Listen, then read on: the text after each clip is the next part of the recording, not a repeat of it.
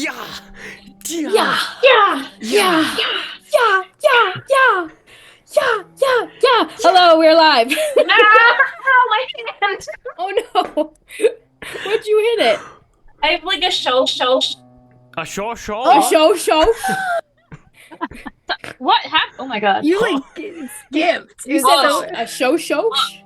I should roll. My microphone came on blood. Hold on. What the? Where? Okay. Ah. Okay, towards that out. Welcome to the table. Welcome to the finale of the Trail of Decay. How we feeling? Yeah. Yeah. Yarg. Yarg. Okay, you good? No, but keep going. I'll fix it. I'm said- Okay. Ooh, she got a fancy mic. Ooh. Yes. I am excited. I am very intrigued to see where this goes, where this leads. I've been thinking about. Me too. Yep. Me as well. We're all gonna discover something together. I've been We're thinking all gonna about. discover the meaning of life. Yeah, And friendship. precisely. Friendship. Precisely. I've been thinking about who's gonna blow my brains out of the back of my head for the sins I've committed to survive. What do you mean? Unless you're infected, I'm not. What do you mean? Ugh. Do we have any announcements? Anything that needs to be said? Nar? Not for me. I'm just excited. Arr. Y'all ready to continue on the trail? Yeah. All right. And please join me in a deep and cleansing breath before we begin. Okay.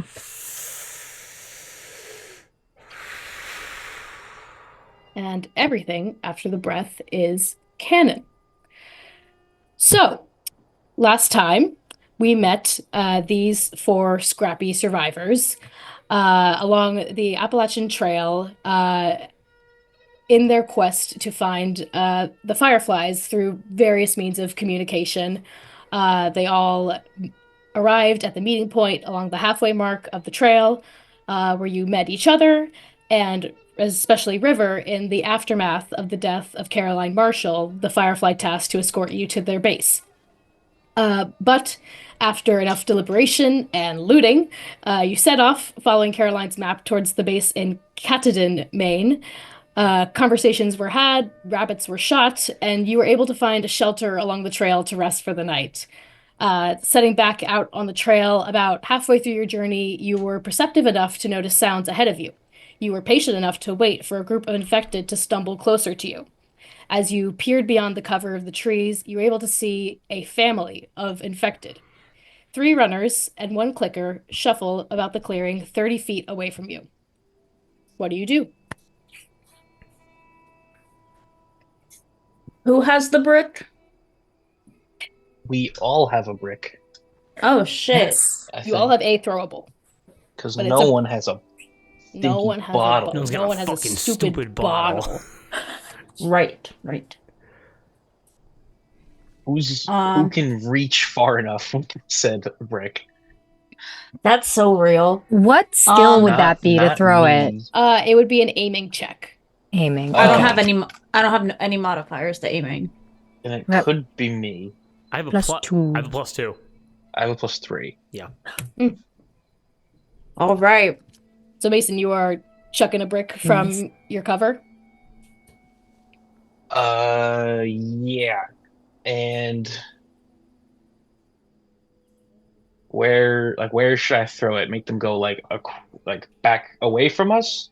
Because they're crossing the road in front of us, right? They're basically They're 30 feet ahead of you, but they are currently blocking your path.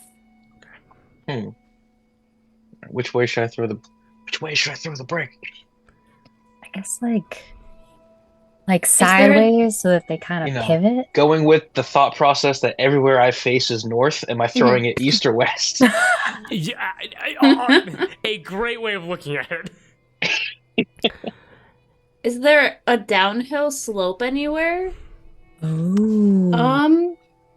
Excellent question. I think I might have said last time. Let me see. What did I say? say. I think we were on the downhill. Yeah, and yeah, they yeah. were coming from an uphill. Yes, yeah, yeah, yeah. Okay.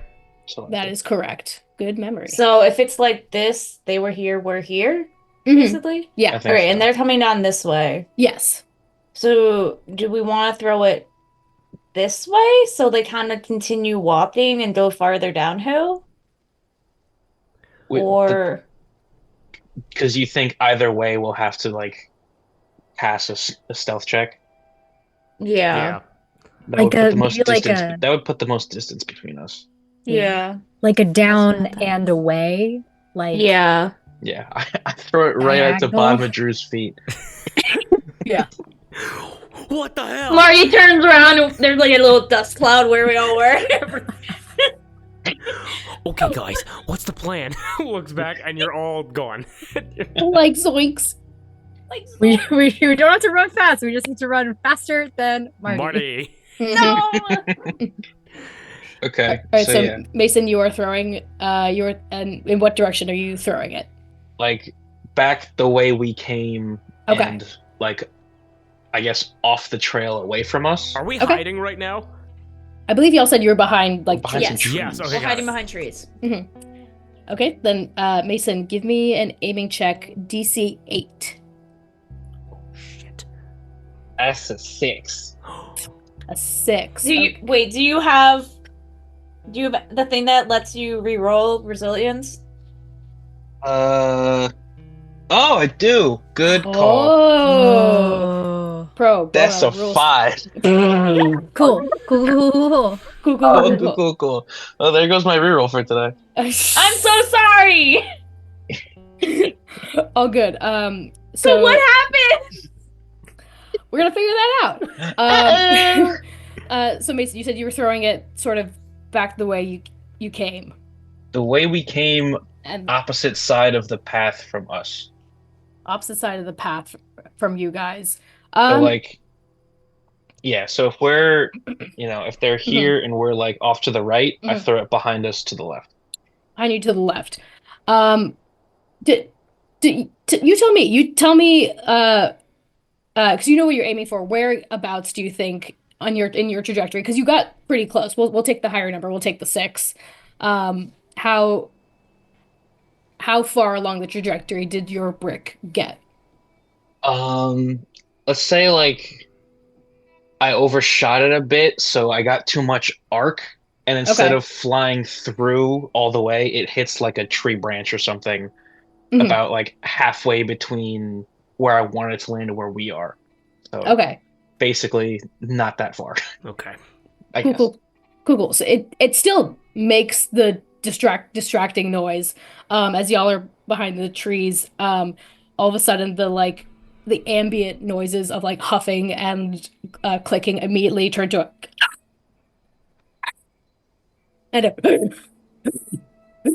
and you quickly hear footfall coming towards your direction. I'll say you have another like splits. They aren't going in in the direction of the noise. But Does someone else want to throw a brick? Who's feeling lucky? It's time I've- to step up for the group, guys. Okay. You know what? Go for it, Marty. Do you want me to do? Just to be It clear, is fully your choice. I support you either way. I think we should let River do it because Darby rolls better than I do. Ooh. I mean, fair. Okay, seeing that it has not landed as far as we have wanted it to, I'm going to pull out my own brick and try and hook it in the same direction, but further. all right, aiming check, DC 8. Okay. No. Stop. We got a 5. Got a We got a 5? 5. Marty, Yes, also it's got a your time. Yes, Drew. Now, as Marty, this hurts my soul to do. I want to hear. So, Darby, how does that go for you? In a moment of panic oh shit, it didn't go as far as we want. River chucks it with maybe like manages a bit more heft, but it like hits a tree like just short of where Mason's got to. Mhm. So it's closer to us and louder. Marty, please tell me you played baseball in the QZ. So we didn't play baseball, but I learned how to throw grenades because, Fedra school. And Marty holds up the radio from last session. Do you want to throw your radio? Someone else has to do it. It hurts. It hurts to even have the suggestion. Are me and River gonna try again, or like? Yeah, I will say that second brick definitely amplified the first sound of the brick being thrown. So these infected are moving towards the source of that sound. So if you want to, I will say this is your last try if you want to throw the radio or some other object. I wish we could turn the radio on and throw it. Would then turning it would on the radio lower the DC? Yeah, I'll say that. We'll say, Make it a 6. How about a 2? 5. Does lowering it to a 7 seem fair, or Yeah. You like those odds, GM, ma'am? Yeah. we'll say if you're because you're making noise and then throwing it. Yeah. You're making double noise. I will say if you turn the radio on and then throw it, I will lower the DC to 6. Oh, okay. Darby, mirror you. I think you have the higher modifier, so you should do it. Okie dokie. You got this. You just have to roll a 3 or higher. Got it. Flicking. Got this. Stop! Another There you 5. Oh! Flicking the radio on. You guys Hold are able on. to hear the I'm jazz gonna music. roll and see what I would have gotten. I got an 8. Fuck it. I hate this. I would have gotten hate this. I should've would've gotten a tried. 6. Well, there you go. No, because living in this failure, Marty flicks it on. You guys are able to hear the jazz and says, Mason, throw it far, throw it fast, okay? You're not gonna fuck this up, right? Yeah, totally not. Second time's a charm. That's what they say, right? It's gonna be, Yeah. it's gonna be perfect. You got this. Go, Mason, go. And hand the radio over to you. What happens with this failure? Is it like what's the shape of the radio? It's like a handheld? So it's like oddly very similar in construction to a brick. It's like a rectangle with like a handle on the top. It acts as like a single like antenna radio with like a crank on the side. Okay. AJ in all, not AJ. Whoa, AJ. Whoa. Yeah. Whoa. Who dat? Mason, in the panic of trying to get this, grabs it by the handle, but doesn't know whether to throw it overhand or underhand. So he kind of just like throws it more like a push, almost like a shot put kind of, and it does not go nearly as far as it should. Oh. Marty, you watch as your precious radio tumbles into the air. You all hear the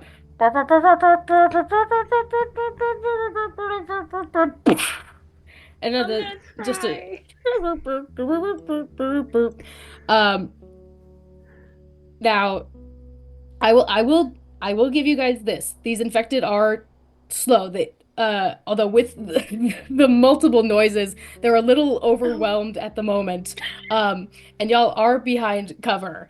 So I will say, as you are behind the trees, you slowly see these infected come into view. The clicker frantically moving its head and body around, trying to like isolate one of the many sounds that was made. Just We overstimulated. And the tallest of the runners has like made its way over to the pile of bricks and is kind of like like combing through the leaves, like trying to figure out what it is. But because even though y'all didn't make the DC, you did throw it away. if you would like to still stealth, I will offer you that option. The DC will be high. Okay. Okay. I mean, we We kind of like have to to, stealth right? in place. Like stealthing in place. Like not us moving, just to hide. Yeah, we'll start with a hide. We'll start with a hide, and then if you guys want to move, that will be the higher DC. Okay. Okay. So this is elusive. Yes. So give me Yes. elusive checks. Just we'll say just to hide. We will say DC 7. Okay. Son of a bitch. Okay. Woo. Come on, lady luck. Oh! Yes. Uh-oh. I rolled a 1! But that's a 3! What'd everyone else get? I'm gonna use one of my resilience as I upgraded to get 2, so I'm gonna Okay. use one of them. So smart. Slay. I got a 7. 7. So that's Okay. a 9. 9. I got a 7 total. 7 total. I got an 11. 11. I got Marty? a 6. 6. Okay. But the average. Yes, with yeah, we'll call that a group check. We'll say with the average. Marty's gasp. Yeah, we'll say with that average, how do y'all quiet Marty as in your attempts of stealth? I give him my I'm right next to best him because he mom gave me look. the radio, My right? best, like, shut the fuck up. We are in a Wendy's and you need to be quiet. We can't make a scene. Yeah, I'll also, because he just gave me the radio, and you he would be was next like, to him. and I'll just shove my hand in front of his mouth and Mhm. just like death stares. Like, I think it's a combination of the radio being gone and that like deeply hurting him, Mason fucking up the throw, and also him seeing like in like a clicker for the first time. And he goes like an instinctual like just grasping for air, and then it's just a immediately. So with that, y'all, Mason, you keep your hand over Marty's mouth. Y'all stay as still as you can, holding your breath for what feels like an eternity as the runners stop their pursuit for a moment and are just like literally catching their breath as they scrambled over to the source of this noise and then finding nothing or just kind of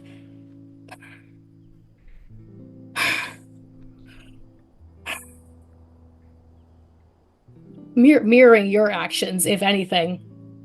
And Marty, being struck with fear at the sight of this clicker, you watch it sort of like also regain its composure, but still like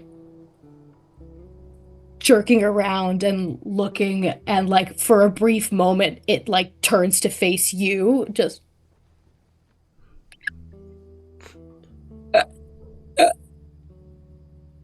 And then slowly jerks the other way and starts kind of shambling blindly in off the trail, if anything following its infected compatriots, although none of them hold any bonds toward each other. So safe is not the word I'd use, but you've bought yourself some time. I'll say, like, if y'all are here, like, space-wise, like, trees and the like, I'll say the infected are, like, here. Still on the path? No, I'll say because the first brick did go off the path, just not as far as you would like. And then, like, second brick, still off the path, but a little closer. And then the radio, still off the path, but a little closer. So I'll say they're like just off the path. Okay, got it. What do you do? I will slowly remove my hand from Marty's mouth. Let's fucking go now. Do we think we can stealth away? I think so. Yeah, I think in the chaos of this moment, you have, although not the time you wanted, you did buy yourself some time with waiting and letting the time pass by. So a stealth is totally feasible. All right, let's go. Marty, do you have something to say? Try it quietly, and then if all else fails, just book it. I had yeah. one more question in Mhm. regards to the crafting material that we have. Yes. Would it be possible? Oh, yeah. Because Marty is like, he has very high scavenging. I'm not sure if that would be like, Mhm. like the proper skill. Because it's clickers and because it's runners and because they're like off the path a bit and because we're going to be stealthing past them, would it be possible to make a smoke bomb with the intention of throwing it at the group of infected, specifically because it will make noise and like, but what I want to do is have the clickers attack the other infected. Okay. I Yeah. also have a smoke bomb if we both want to throw one. Yeah. Yeah, totally. Go for it. Yeah. Fran, you have a smoke bomb already Yeah, made? I also made one for that reason. Okay. Yeah, Marty, I'll say, do you think Marty would need a roll to make a smoke bomb? No, and the reason why is because I think Fedra taught him how to like craft basic like it's not like a straight up frag grenade, but it's like a basic improvised like almost like a pipe bomb essentially in case like he ever got stuck in this kind of situation. Cool, then no roll necessary. And you said you got where are you both aiming? So would we be able to walk like could we like try to get like up the hill more so we're not just like fucking with them while we're down the hill? Yeah, y'all can give me elusive rolls to get past them a little bit. Okay, do we want to smoke bomb now or do we want to wait? I was I was thinking I was gonna throw the smoke bomb as we start moving. Yes. Okay. So do we want to throw both of ours now, or do you want me to throw mine? We move below, you throw yours. I think We have that's a good two. idea. I think that makes sense. Yeah. That's a good idea. I'll throw mine then. Okay. What would you like me to roll? Aiming check. What are you just in where are you aiming for? Just the general vicinity. Okay. Of them. I'll say because they're close, we'll say give me an aiming check, DC 5. I got a 2. 2? Yeah. Well I will say it still goes off, friend. You huck this. Wait, sorry, I rolled a D12. Oh, Oh, yeah. yes, re-roll, yes. Okay, I got 9! Yay! Fantastic. Sorry, I will differentiate those better. You've been All doing good, that for all- years. All good. Yeah! Fran, describe to me how you throw this bomb as you start to sneak away. Since they're a little bit farther down the path than we are and a little bit downhill, instead of like kind of throwing it overhand, she kind of underhand and rolls it a little Mm-hmm. with just the amount of force that it would need to kind of slow to a stop by them. Mhm. And it's like spewing the smoke as it like kind of gets them, so it creates a bigger cloud. And it's a little bit gentler. Mm-hmm. Yeah, you roll it towards them, and that's off. And slowly gets bigger and bigger as it approaches. It lands right in the middle of the sort of semicircle these infected have formed.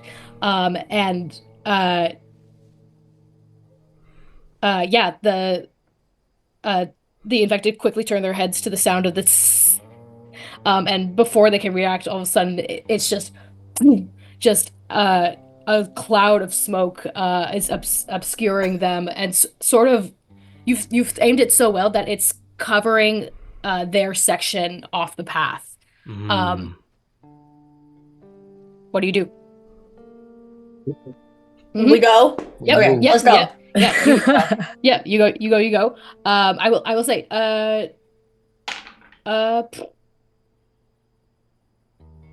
Are you creeping? Are you running? What are we talking here? I'm probably creeping. I Like, think- Yeah, That's creeping. probably Yeah. the smart. yeah. Creeping? Okay. Stealthily. Okay.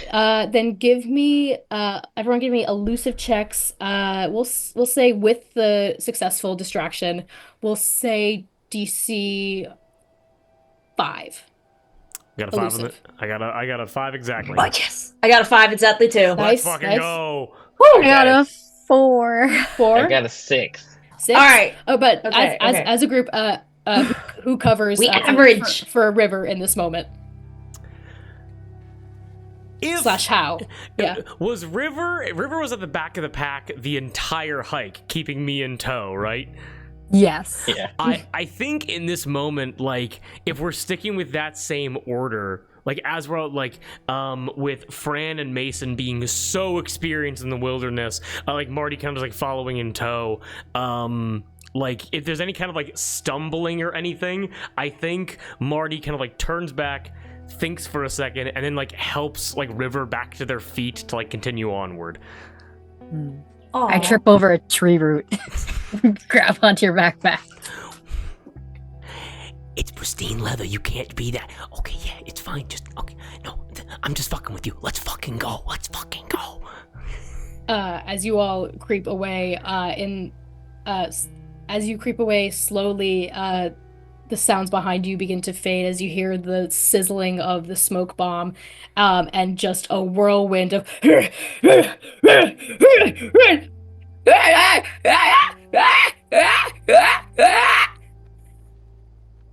But those slowly drift behind you as you, with some assistance, creep past this smoke cloud, for a couple of paces.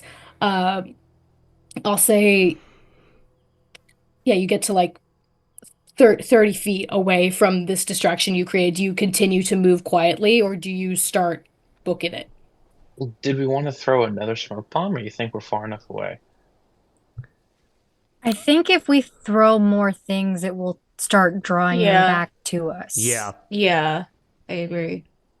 Can we? Is the smoke still thick, or is it like starting to fade? I will say, it is still thick given the immediate. Zoom, zoom, Yeah. you all did. Let's just go. All At a right. normal pace or so stealthily? Like still like kind of sneaking, or do we want to hike within our pace a little? I'm fine. Like I'm patient. I'm gonna go slow. Yeah, perhaps we sneak for one more time. Okay. Yeah. We sneak for one more. Just to be safe. Sneak for one more. All right, yeah. Give me another elusive.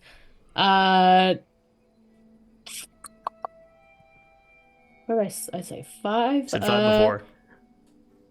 Yeah, we'll call it 5 again. 5 again. Luck Okay. be a lady tonight. Woo! Got a Okay. 9. I got a 12. 9, 12, 6. Wow. 6. Damn. What'd you get, Mason? 8. 8. Look at us. Even as the smoke begins to fade, leaving a haze behind you, you were able to put enough distance between yourself and these infected, to which now, like, the sounds you heard as you were making your exit, have blended into the natural sounds of nature, of the birds chirping, maybe the grunt of an animal, but you're in the clear. Yes. Well done. Let's fucking go. Oh my god. Mason Oh. takes out his hunting rifle and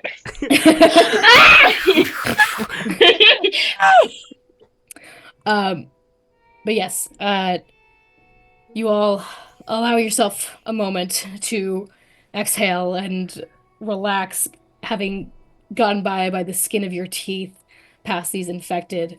You're able to carry on the trail as planned. Time goes by as it has been, and for the past 3 days you've been on the trail. You all sort of begin to fall into a routine as, well, 3 days is not a lot of time normally.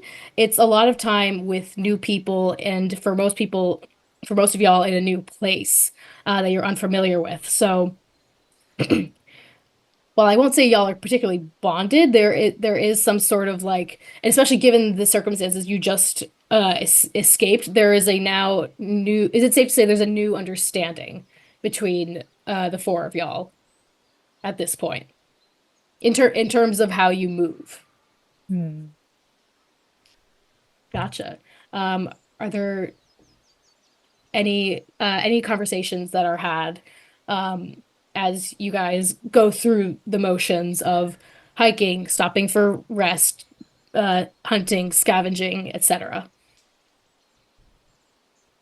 I would say for Fran, after the encounter with the infected, she probably is a little like distracted. Hmm. And she finds herself like fiddling with like this necklace she has of a flower. But otherwise, tries to help out around camp and make sure everyone's okay and they have enough food and tries not to massacre any more rabbits. Maybe ask Mason for advice on shooting Mhm. or setting traps. Been seeing you fiddle with that necklace a little bit. What's going on there? Um, I got it when I had my daughter before everything. And I've never seen an infected so young and seeing them with what looked like a family. Um, just got me thinking. Yeah, I understand. And it's textbooks are one thing, but seeing up close can get to you. Yeah. Um, yeah, I had her not long before everything actually went to shit, actually. Um, but I think it just wasn't the world for her, I guess.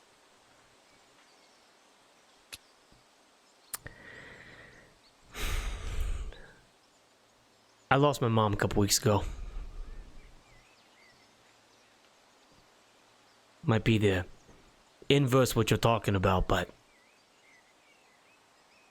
we're all hurting. Yeah. Yeah. How'd she go?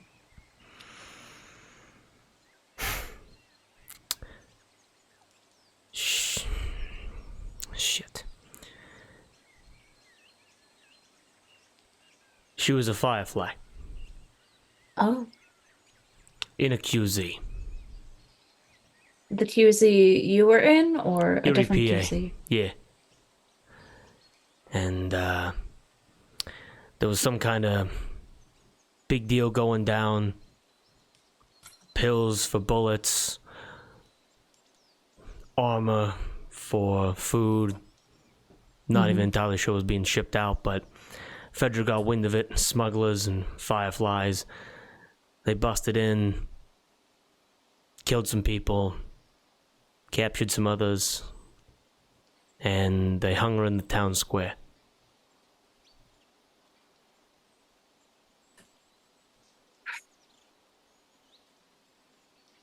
And now you want to join the Fireflies. Is that anything following suit or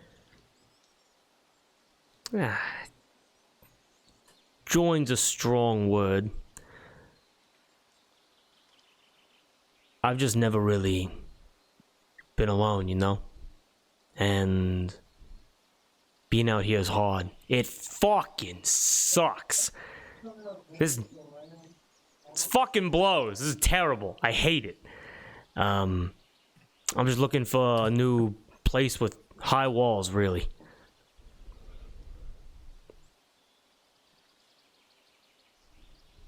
do you think you're ready to take on anything they asked of you in exchange for those high walls? I've always considered myself a pretty resourceful guy. I'm sorry about your daughter, Fran. Thank you.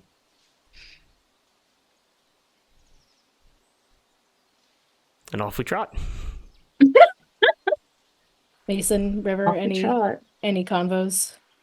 Anything of note on your travels?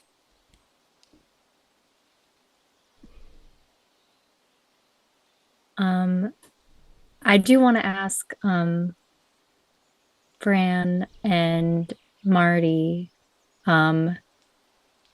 your daughter and your mother, what were their names? My daughter's name was Lily. Lily? Ma's name was Cynthia. Cynthia. Pretty names. And other than that, nothing super specific that River gets up to other than when we are resting, she has a diary that she goes through and like makes some notes and looks back at old entries. And other than that, just keeping up to the usual.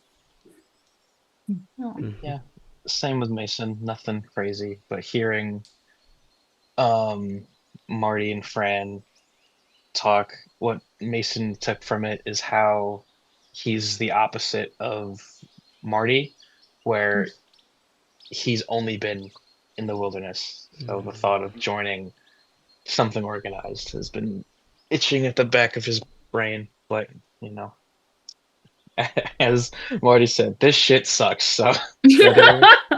As of now, it seems like the best thing to do. Mm. You threw away my radio. It didn't even work. We could probably go back for it. We are not going back for the radio. Well, It's been There might days. they might have good stuff, guys. You're right. You know what, Marty? They probably have so many radios where we're going. oh my. Oh, Fran, tell me the stories. Tell me the stories of the radio shacks. Just shacks full of radios. Let me tell you about Blockbuster. All right. In Catadin, the streets are lined with radios. I bet the streets When Marty's dying and I'm telling him a story about radios. I just want to go to a place where the streets are paved with radios. Yeah. And there's a Blockbuster on every corner. The great radio shack in the The sky. great radio. R.I.P. Marty, he would have loved MTV. Mm. Use it television. Oh, God. Yeah. And I know Mari kind of said, but Fran and Mason, what would you guys be planning to do once you get to the Firefly base? Any specific? I don't know if I guess job is the right word if you're looking for how you'll fit once you get there. Oh. I have a lot of years experience working in a hospital, so I'd love to actually put that to use and stop people from dying in ways we can actually help. Like Giardia. Giardia. Or It'll be even Fever, fun. fever, I've heard. Yeah, or helping just make sure people can give birth safely and all that. That's my I mean, hope. I've only really had one job for as long as I can remember, which is survive. I don't really know how to do a whole lot else rather than find what I need and get out. So I feel like whatever form that takes, be it a race scouting or, supply runs, I feel like that's probably the most logical thing for me to do. You'll probably be a huge help. You have a lot of good skills. Thanks. We What gotta about get you, there River? first, though. So Very true. How Yeah. far away are we? Let me check the map. Are you there yet? Check, Are you there we're yet? 3 days away. So, Ah. 3 days, that's not bad.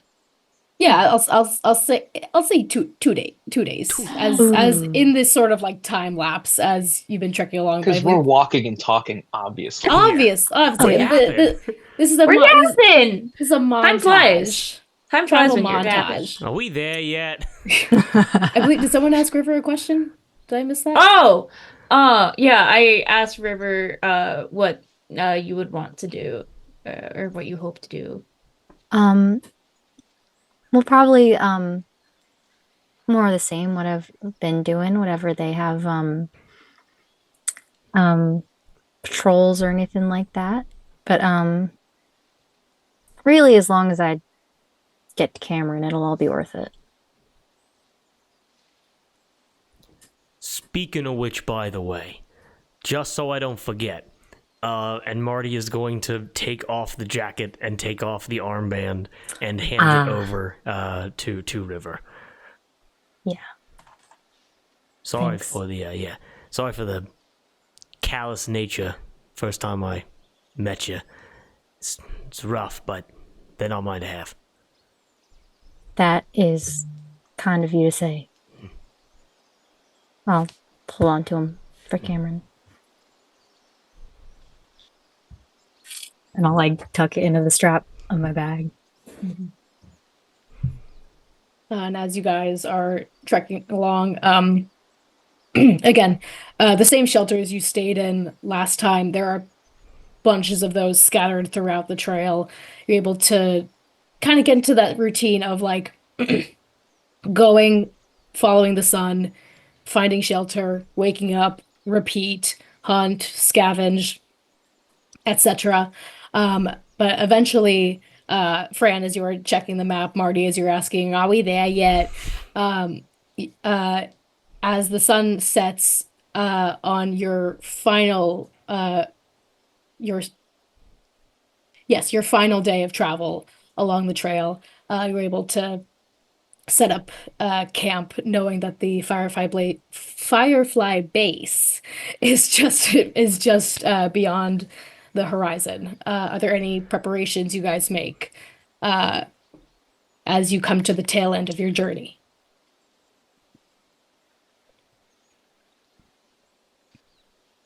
Fran probably is like, and I'm sure Marty is too, but a very like trying to take in all of like the freedom that being out in nature provides us, and without any strains of an organization or within a wall and with someone's rules. I think she's kind of just taking it in and like trying to appreciate it before she kind of like has to sort of trade a little part of herself for being a part of a society again.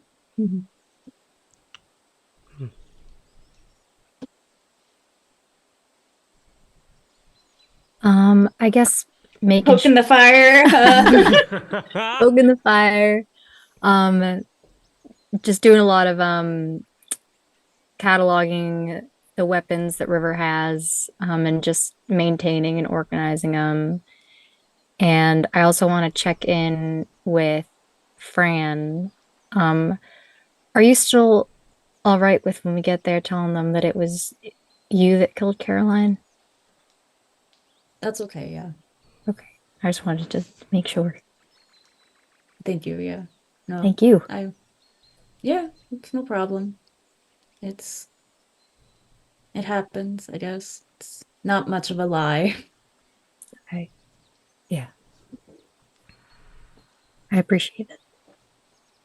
Of course. How long has it been since you've seen Cameron? Probably a week or two before I left Atlanta was the last time I saw him. Okay, so not too long, I guess.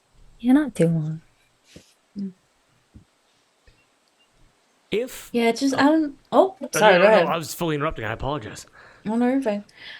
It's not my business. It's just I gotta say, it rubs me the wrong way that he left you, even if it is to go fight for a greater cause. Um, I mean, he asked me to come with him. But I didn't want to leave my sister behind just yet. I was hoping I could convince her to come. Um, so yeah, I do think that he left thinking that I'd be following not long after, so I don't quite fault him for that. Even if then had to make the journey not alone, but without him. Yeah. But well, it won't matter. We'll be there soon. Yeah. I guess just be careful. He's not putting this any idealistic belief above having looking out for you, you know? It's Yeah. it's good to look out for a greater cause, but it's the people we care about too that matters. Yeah. Well, I've I'd hope that he knows what he's doing. And I know what I'm I don't doing think too. any of us do. Marty rolls his ankle. I don't know. I like to think I have a pretty good idea, but we'll see. Then you're a lucky one then. Maybe. Marty, is your ankle okay? It's broken. It's not broken. You're fine. Rolled it. I'm not gonna be able to make it, guys. I'll here, let me wrap it. She just does the equivalent of like when a kid like hurts himself, so they give them like a band-aid even though they don't need it.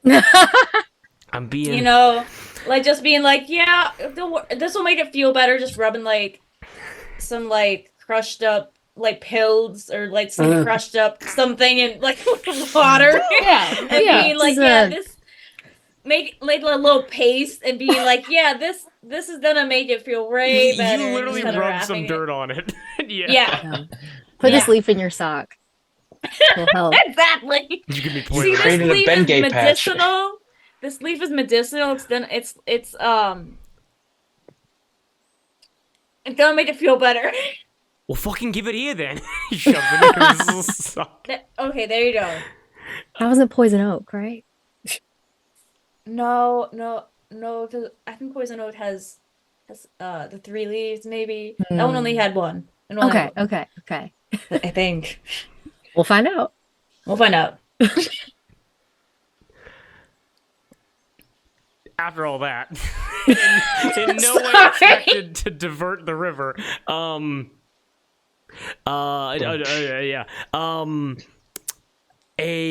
I think Marty will like go to Mason, if I may, and Marty will be like, kind of like limping way more than he should, with the minoreness, the injury, and goes, "Okay, big guy. So I hate nature. I hate this. I don't know what kind of bullshit Fran was saying. I'm so excited to be back inside the walls. I'm not taking any of this in. I've taken enough in already for a lifetime. But you keep talking about, I guess, like, how good you are at surviving out here. You've only ever had one thing you had to get good at, and you're damn good at it, soldier. Why are you running towards walls now?" I think part of me, despite the survival instincts taking control for so long, part of me was just had enough being alone, not being with anybody, never being able to put trust in anyone. If I ran into somebody, it was either for a fight or for a deal, and then that was that. For the longevity's sake, I made it this far, but I don't know how much I want to keep pushing my luck. And I think with the group, that kind of knows what they're doing from everything I've seen. Might be our best bet. My best bet. But you make a good point. I can't really. I'm the opposite of you. I get itchy if I'm inside too long. No, see, itchy is what you feel because my ankle is itchy, which means that it's healing. So Mm-hmm. Mason will look down and see how far it's spreading already. Be like, yeah, maybe when we get in there, get a second opinion. But I think it looks aces. Hey, Fran, great work. Great work. Fran doesn't I'm a have the nurse, stuff to like. Fran doesn't have the stuff to splint it, so you're gonna have to get that eventually. So you can do that, later. I'm gonna need to get a splint? Oh, fuck. I mean, you broke it, didn't you? Oh, shit. I totally forgot. Oh. I mean, no, you're fine. You're fine. Okay. I'm doing the opposite baby thing where before they can react, you're fine. You're fine. You're fine. Whoopsie. Okay. So you didn't, but like, you weren't raised by wolves or anything weird like that, right? Like, you had parents, presumably. You came from somewhere. Yeah, no, I had parents, but I don't know what happened to my mom. And, well, I don't know what happened because she left kind of right after the outbreak started. She went to go be with her family because my dad was kind of, went over the cuckoo's nest. And my dad, well, we split off a couple of years ago, and I went back to the house to try to find him, find whatever stuff maybe he had left. And he wasn't him anymore. So I guess I'm just sick of not feeling sorry for myself, but sick of not doing anything about it. Rather take it day by day, take it, month at a time, be with people, work towards something, No, I feel you there. Yeah, because, taking it day by day, that's not living. So. Yeah. And Marty will continue to hobble down the trail.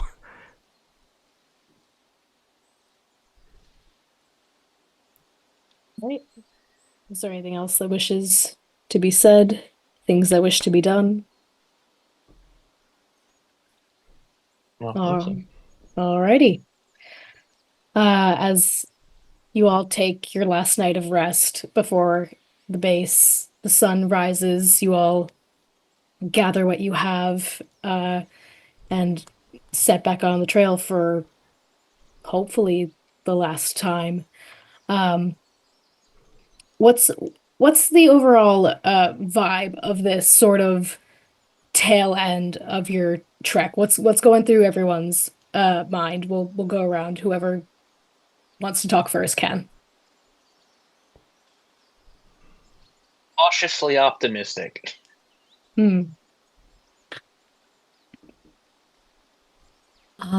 As we get closer to the base,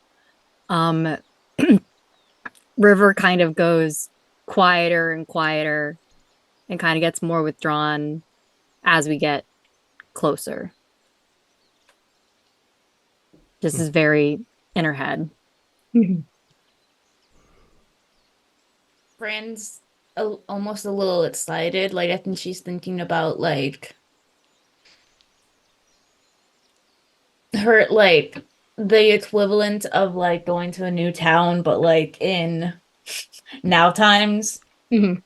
But, so I think there's a level, I think there's a level of, groundedness of, like, this isn't gonna be, like, a fun little trip, but I think she's excited to meet new people and for like the new opportunities it'll bring. And I think everyone is able to kind of watch as Marty begins to, like, it goes like through his leather backpack again, so disheveled. He's able to pull out like a very small, like 3-ringed, like little notebook, basically, and double checks like probably like half the pages are filled in. He double checks that they aren't like damaged in any way, and then puts that back into his pack, because in Marty's mind, it's a matter of like, I think what he's recognized being with Mason and River and Fran is his skills are basically non-existent outside of a bureaucracy. Like, you know what I mean? And so he's like, he's prepping himself to sell himself as best he can to earn a spot within the walls. Yeah, Mason, either now or last night, would have been like, they still know or we're coming, right? Like, how's this introduction gonna go? Because we don't have the River person should- that was supposed to bring us. River should be the one to walk in first. Because River knows someone at least. Yeah, we can ask him for people by name will probably go well for us. But because if I'm remembering correctly, what had Caroline snuck out to like come and do this? We had found like a entry from her. No, this was a planned mission. Right. A planned expedition of hers. In her journal, she went into how like she volunteered for this. Right. How they needed more numbers, they were lacking supplies, they were lacking food, and this was the only option they could think of. Okay. Hey, Yeah, they should Marty, be expecting someone. that vest you have that says Fedra on it, right? Is that under your shirt? It is so obviously over his shirt. It's hanging on him like a medieval breastplate because it fits so poorly. So either, all right, you tell me what you prefer. We just put some duct tape over that, or we go with you took it off of Fedra body. Well, I did do that. I did do that second thing. Did you kill that person? No.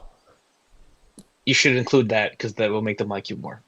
Okay, so Probably. say that I shot. Well, so I know. Well, I'm just gonna say that I'm Fedra because people knew my mom. So, but I know, like, but I'm not. I'm obviously not with Fedra right now. You're wearing a Fedra vest. Yeah. Yeah, and you have a rifle and a pistol. Like, we all have stuff from. Everyone has a rifle and a pistol. Every Joe Schmo has a rifle and a pistol. Yeah, exactly. We are not the I same. came out of the womb with my rifle and pistol. Just put duct tape over it. Yeah, if you have a plan Just of action yeah. to explain yourself, go for it. But I thought of that. You know what? Honestly, it's a no tape policy. So trust your gut. You know, and well, thank you all for looking out for me. I have an idea, and I think the vest will give me credibility. Now, Marty they just might meant, like- shoot me on sight, which I'm not. Like, I'm gonna say 80-20. I'm unarmed. At least I don't have any weapon. You know what? Give me the fucking duct tape. Just give me the fucking duct tape. Marty spent 8 hours prepping for an interview, and someone just came in, offered a different scenario he hadn't thought of, and it's Yeah. he had it all planned out. The one question Every he didn't move. think of. 4D chest, and then someone comes in and goes, "Your dick's out." And then he Someone throws a little checker piece in there, and he's like, goes, "Fuck." Right in the pieces. Also, is it okay if I run to the bathroom real quick? I need a Yes, piece so bad. actually, Okay. I will. We'll do this, and we'll go to break. As you all steal yourselves tape over your vest, and make your final preparations. You all are able to. You come across a clearing. Looking at the map, like you're within spitting distance of the base. And as you guys trek on, all of a sudden you hear voices call out, "Stop! Stop right there!" And coming out of the trees, as you stand with your hands up, you see two figures holding rifles. You see an older woman, Fran, about your age, short brown hair, like it's about at her ears. Um, you can see kind of where she got these frown lines as she's like squinting, uh, holding her rifle. And the second figure, um, as they lower their rifle, for a moment, you see Caroline's gray eyes staring at you, wide in shock. Then you blink and you take in the scruff around the face, the short hair and the broader frame, but you can't shake those eyes, nor those freckles. Wearing a brown undershirt and a green button up, you see a reflection of your dearly departed guide holding a rifle. And that's where we're going to take a break. Woo! Okie doke. What a fun Okie road doke. trip so far. Fun, fun, fun. You made Fun, your fun, fun. destination. You've arrived. We'll see how it goes. Everyone, go to the bathroom, get some water. We will be back shortly. Thank you for coming to the table. Thanks for coming to the table.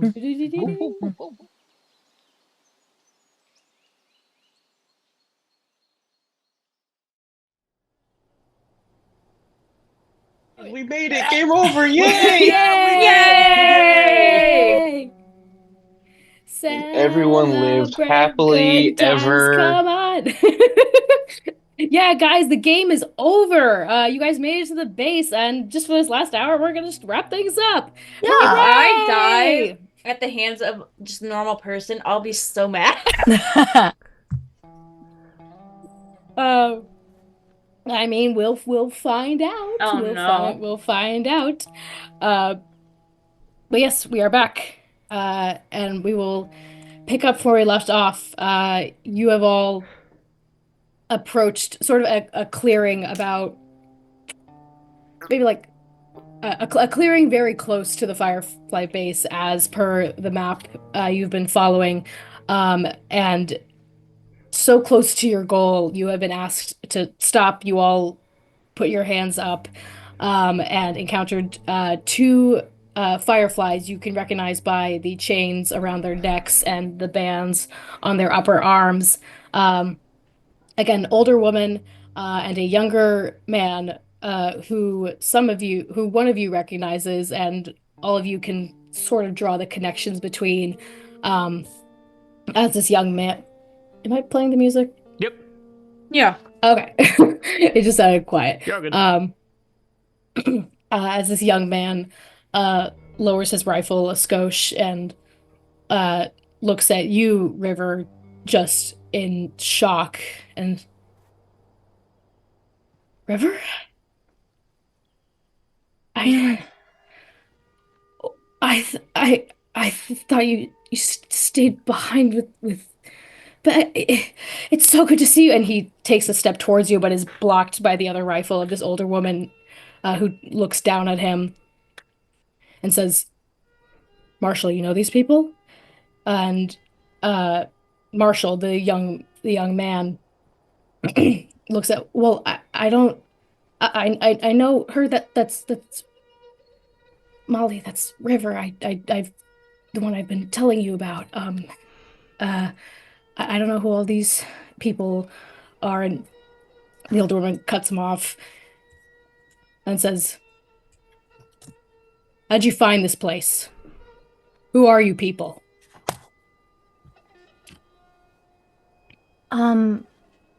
We all heard one way or another about a Firefly guide who was bringing people up north to Katadin. Caroline.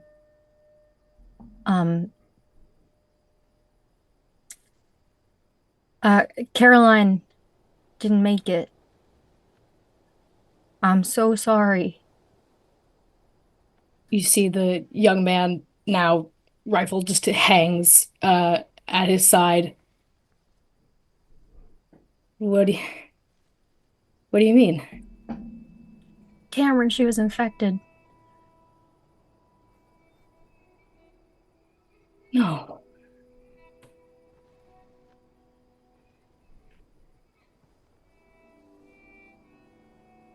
She was so careful. doesn't, and just kind of stares off and looks to this older woman who now uh, has also lowered her rifle, but it's not quite hanging by her side, as is the others. Fixes you and says, "What happened?" I look at Fran. We arrived at the meeting point, and Caroline, was not. She arrived there and she wasn't well already. So I don't know what happened. But upon seeing the state she was in and the bite mark that she had,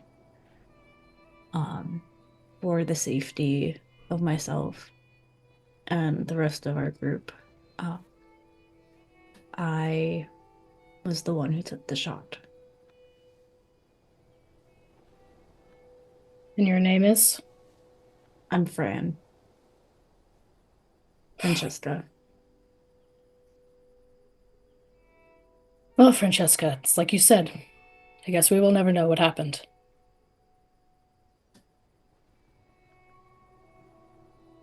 I wasn't alone. We all saw the bite mark on her arm. Do you gentlemen care to add anything? Just like the doctor said. By the time I got there, I showed up as the scuffle happened, and yeah, it was pretty clear that she wasn't there anymore. And I take from my pocket her medallion. And I very slowly I say, I have her medallion, the firefly medallion. You can toss it in between. And I pull it from my pocket and I toss it. Molly, still keeping her gun up, moves between and quickly snatches it, checks it, hands it over to the young man.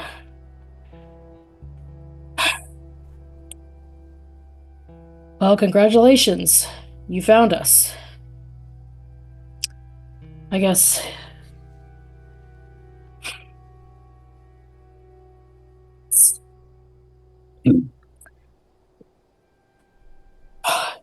And you see the young man turning this medallion over in his hand and looks up and takes you in, River, and sees the jacket and your backpack.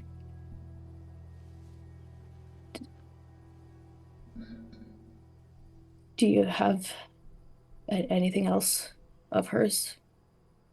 Yeah, I pull out the jacket and the armband. And the journal. Oh no, the journal was mine. Oh, no, did we she have did a journal She had one too? too. Yeah, we grabbed her journal. Her journal. I'm trying to remember if there was anything else. I think it was Yeah. And that's Okay. it. those are the things that I pulled out for him. Do you hold it out? Do you toss it? I hold them and I take a hesitant step forward, but I'm kind of looking between him and the older woman if I can approach. You see the younger one, Cameron, look at this older woman with just a pleading look in his eyes, and you see you take a few steps forward, drop it, back up. Okay, I do that. Take a few steps, put it down, and back up again. Before she could even stop him, Cameron has darted over, scooped up these belongings, and is again just quiet, like does no how to take in all this. His gun is dropped. His gun scattered to the floor in his scurry over. And you see Molly take this in and say, well,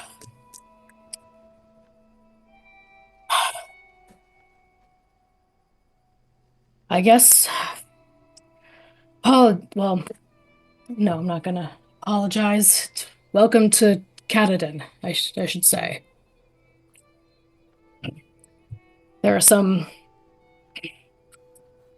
I'm sure you can understand. There's some steps we'll have to take before bringing you inside.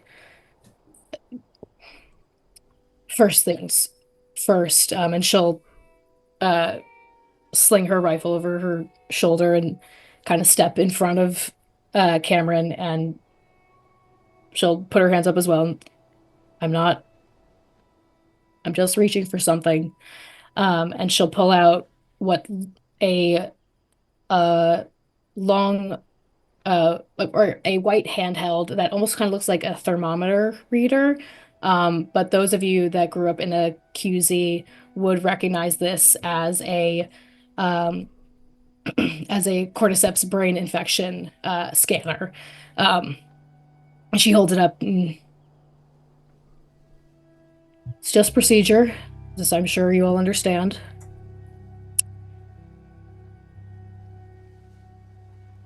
Any volunteers? I can go first. Oh, either or. After you, Doctor. Yeah. What a gentleman.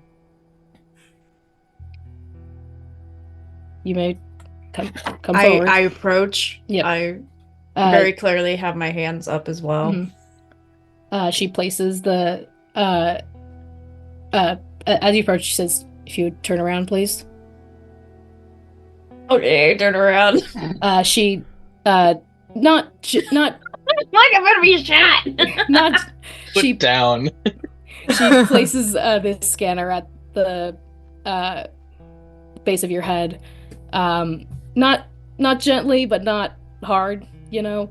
And as she holds it there, you hear beep, beep, beep, boop. She looks at it. You're good. Next. Maury steps up. Sorry. Those of you facing Molly, you're able to see sort of a green shine come across her face as she scans Fran. Marty, she asks you the same to turn around.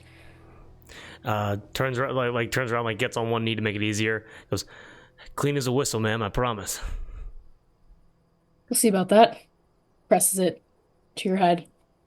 Beep, beep, beep.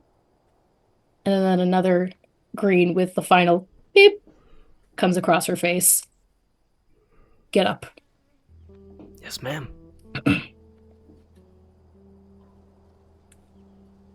I'd step up next and turn. Points it. Beep, beep, beep, beep. Green comes across her face. And last but not least, Mason will step up and follow suit. she places the scanner at the base of your head.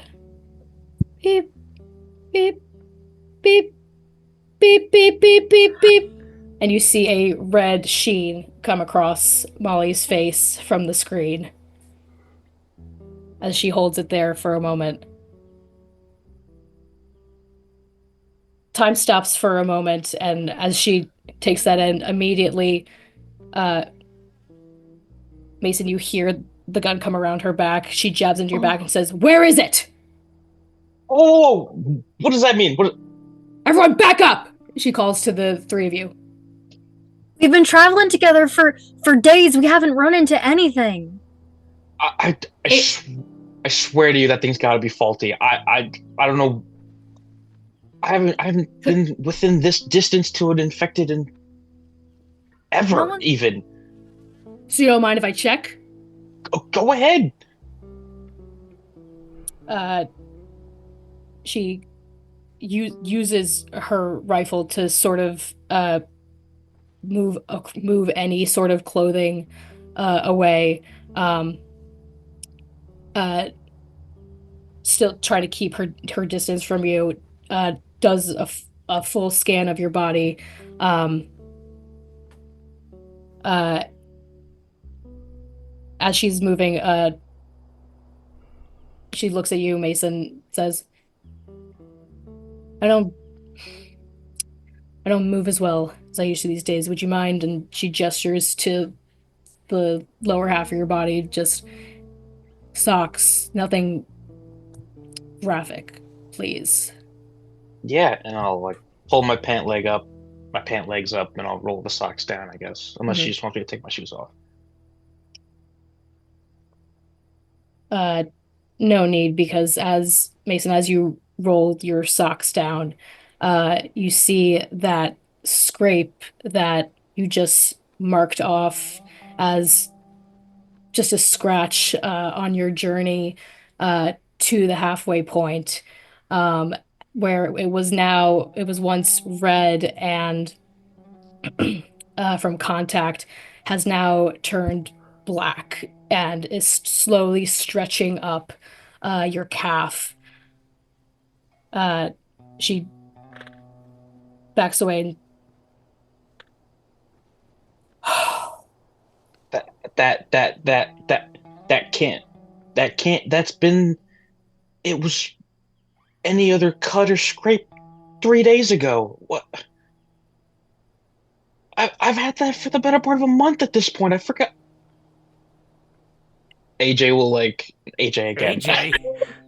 Mason You're always will on the like line. instinctively like try to take a step back, and he has his handy dandy switchblade that Oh he no. picked up. It's tucked in the sleeve of his jacket right now, so it's not visible. Mm. But like Mason is actively losing his marbles and like trying to like back away a little bit. You see Molly taking the same, excuse me, uh, keeping back from you as well. He looks to you, French, says, "You're a doctor?" Yeah. Okay. Want to lend an opinion? I mean, I guess. Can I investigate the cut? Yeah. Give me medicine. Okay. That's an 8. An 8? Yeah, it's different from like what you've seen in terms of the bites of infected, where it's contact and then immediate infection, where with this scrape it seems almost due to the differing nature of infection, it's taken longer to reach that stage, but obviously you've been traveling with Mason and he's shown no signs of aggression or hostility as per any cordyceps documentation. So what else are you looking for in this? I guess like any sign of it being like an active infection, like the fact that it might be spreading or if it might show signs of healing.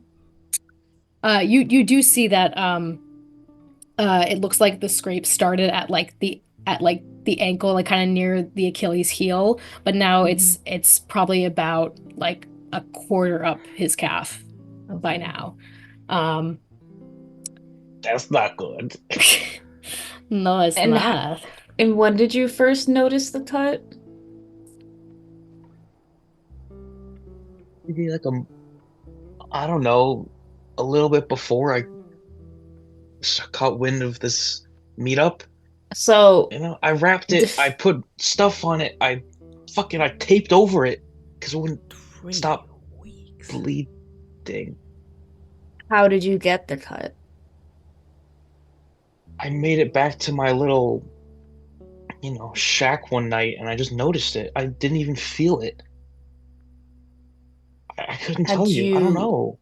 had you been in contact with any infected that day? I mean, I see as many as you and anyone else in the wilderness, but I don't go close enough. It just like I protect myself. I make myself safe. I don't put myself in situations that let this thing happen. So I don't know what's happening right now. Like this must be like I don't know. And Mason will try to take like another couple steps back, like inching away from the weapons. Yeah. Mason, did you wanna or not Mason, sorry, Marty. I have a DM, I have like a world info question. Yeah. The model of like fungal scanner that was just used, because Marty was in Fedra, so he's seen like the government issue, like these things were widespread throughout like most Fedra bases of like figuring out how people are infected. Does this look like a new, like, does it look like a military issue? Does it look like a personal issue? Like how, like what kind of thing is this? You would, no roll necessary, Marty. You would able to clock that this is a military issue, and you're able to piece together that they probably picked this up from a Fedra raid. Okay, got it. I have something I want to say. If anybody else has any thoughts or anything, go right ahead. No, go ahead. Marty, like still hands up, well away from any weapons, goes, what was the main woman's name again? Gray eyes? Molly. Molly, if I noticed your scanner there. I just wanted to say something really quickly. That seems like an official Fedra governmental scanner, correct? It is. So, my name's Marty. My name's Marty Penn. My mom was Cynthia Penn. We can get into that later. Not important now. I worked logistics for Fedra in the Erie, PA, in the Erie, Pennsylvania QZ. I oversaw shipments of supplies going back and forth. What I'm trying to say is that it was a known problem through the widespread usage of the scanners that they had roughly like a 5% failure rate where they would see any fungal infection as a cordyceps infection.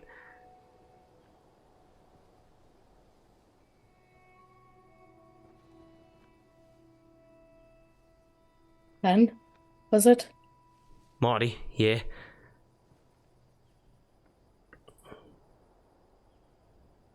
Your mother was a good woman. I was sorry to hear of her passing. She's how I knew to come here. The Erie QZ is no, it's gone.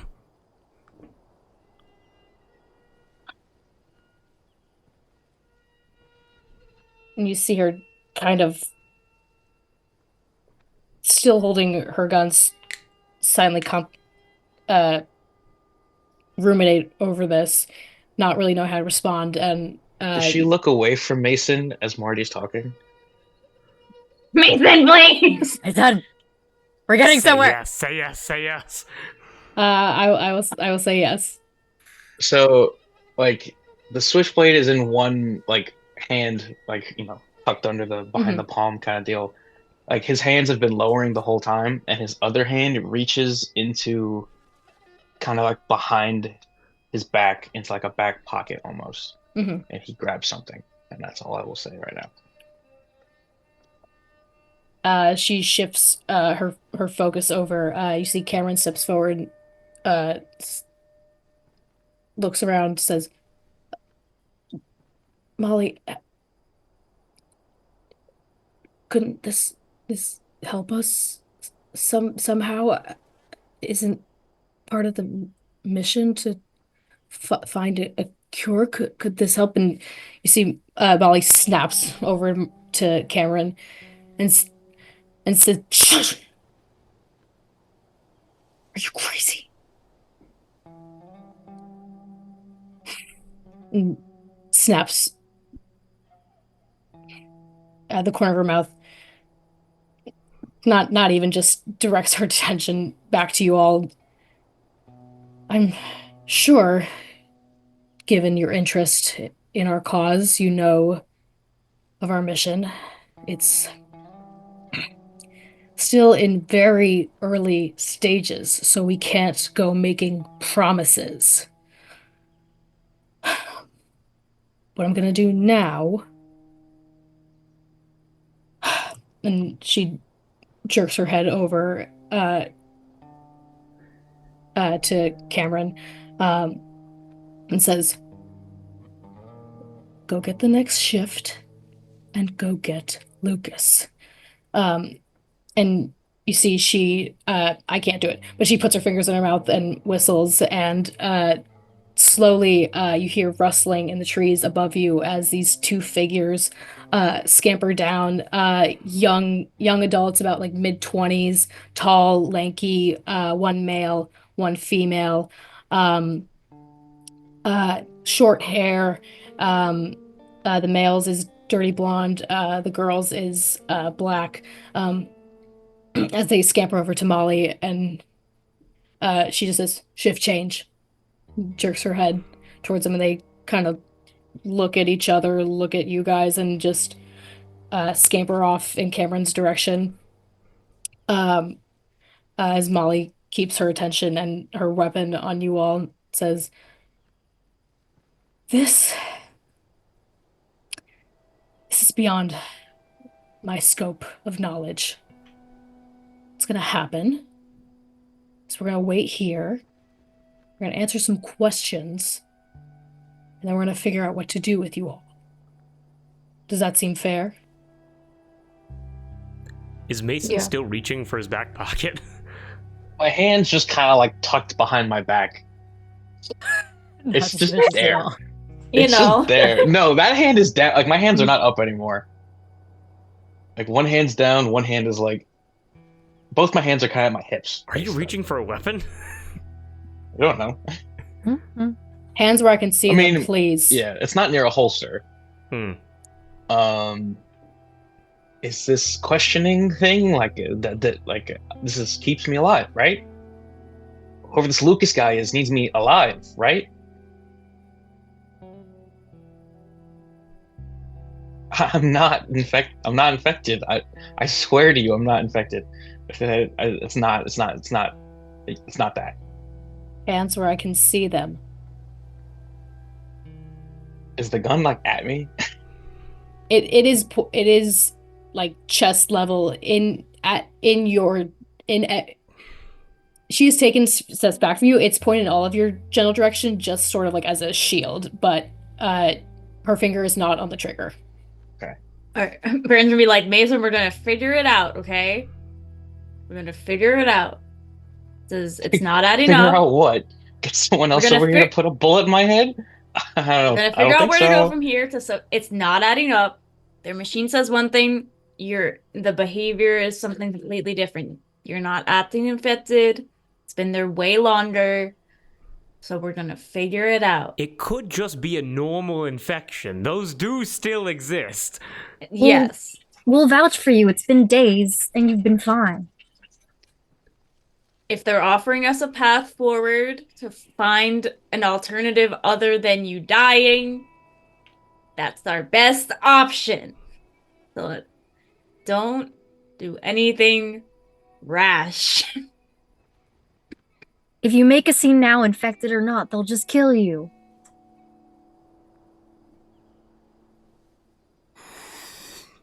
Mason will put the hand with the switchblade up so you can see him holding it, but it's not like the blade's not out.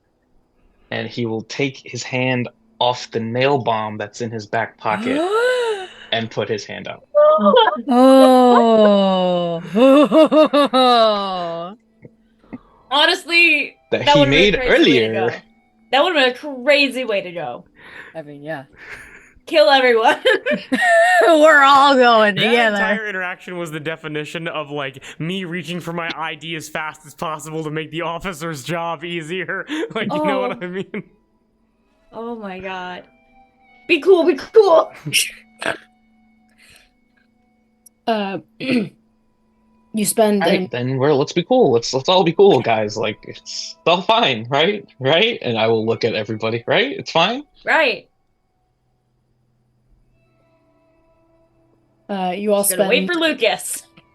you spend an unknown amount of time with Molly as she keeps her eyes on all of you, particularly you, Mason. But time goes by, and eventually, uh, you see three, no, sorry, four figures approach, two young adults, bearing weapons, that take a wide berth around you all, and scamper into the trees. Um, and you see Cameron reapproach.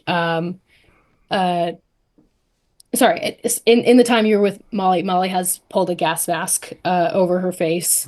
Um, and you see, you recognize the form of Cameron, also gas masked on his face. And you see another figure about a head taller than Cameron, uh, gas mask at his hip. As he gets closer, you see older man, about 60s, um, tan skin that's creased by the forehead, under the eyes, and around the mouth. He's got a buzz cut with a full beard that is streaked with gray. Um, as this man comes to stand next to Molly, um, looks at all of you and turns to Molly and says, "This them?" And Molly, still holding her weapon, says, "This is them. I'm sorry to bother you with this, sir. You know I wouldn't have called you if it wasn't important." And this man rests a hand on her shoulder and said, "It's fine. I'm glad you called me instead of doing something rash. All right? Go stand with Cameron. He needs someone right now." And Molly nods and, still keeping her eyes on all of you, backs up, still holding her weapon, and stands beside Cameron as this man turns to address you all. Again, still no gas mask. And he takes in each of you and says, "Well, you've all had a eventful journey, I take it. If Molly didn't give you a proper greeting, let me be the one to welcome you to Canada, Maine. My name is Lucas. I've been the head of this space since shit turned sideways, so. And I'm sure I don't have to spell it out for you, but I take the safety of my people quite seriously, so while it is a tragedy that we've lost Caroline, but I think she would have liked to know that this mission was not a total failure. But we'll see where that goes. As I'm sure Molly told you, I have a couple of questions for you all, if you wouldn't mind individually stepping aside with me, answering a few questions. Sure. There. That's not so hard, is it? And one by one, Lucas leads you into a few paces away from this clearing, sort of in the brush, for a one-on-one conversation. And for this sort of scenario, we're just gonna go around. Me/Lucas will be asking you guys questions, and we're just gonna go around, and y'all are gonna tell me the answers that you give him. Make sense? Makes sense.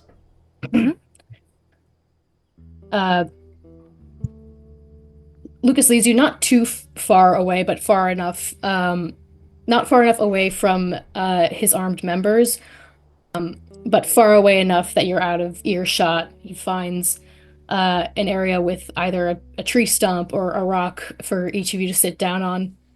You'd see he sits with a bit of exertion, a bit of a creak in his joints, as he leans forward and addresses you all. The first thing he asks each of you is what happened to Caroline.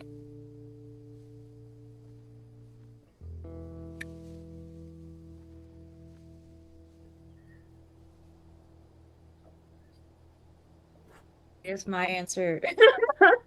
My answer would be upon arrival, it was Lear, she was infected, and as a result, she was shot.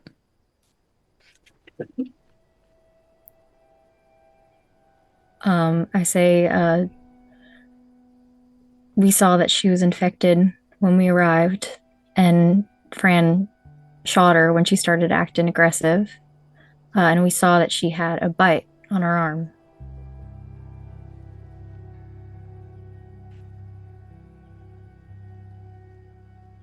Miryu. Mason will say, when he got there, he saw a lunge, heard a gunshot, saw a body fall, and then when he got up there, he saw the bite mark. And he will include that. And her mark didn't look anything like mine. It didn't look like mine's different. It's different. Marty essentially just concurs with Mason in saying that we didn't look, I didn't see the struggle, but I heard rustling, a lunge, some kind of altercation. I heard a gunshot, and when I came upon it, we saw that she was bitten and Fran with a smoking gun.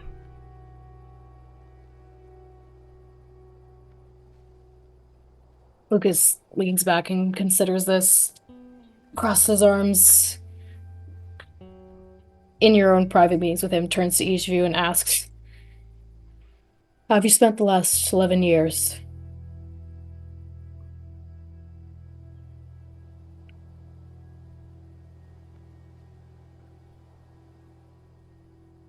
Doesn't have to be the same order. Okay. Marty steps up and says, I was a kid living in Erie, Pennsylvania when it all started. Walls came up, Fedra took over, and only way that we could put ration cards on the table was if I got a job in logistics. My mom saw it a different way. Cynthia Penn, you've heard the name. She convinced me to start doing the right thing, and I started feeding her information about Fedra shipments here and there. Eventually, luck ran out, though. She was killed, and the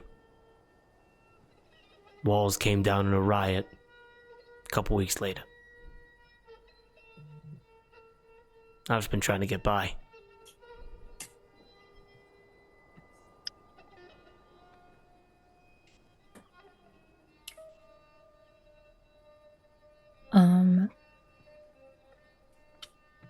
I say I was 13 when the outbreak started, living in Atlanta.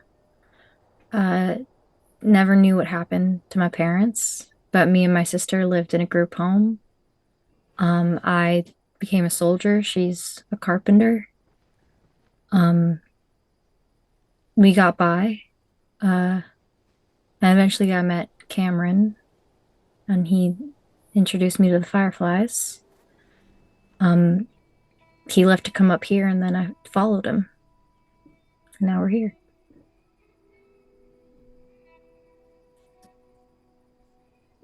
When outbreak started, I was a single mother with a 3-month-old child. And we did our best to survive, but when winter came, it seemed like the best choice for my daughter for her not to live in this world. And so rather than her dying at the hand of something worse. I let her go,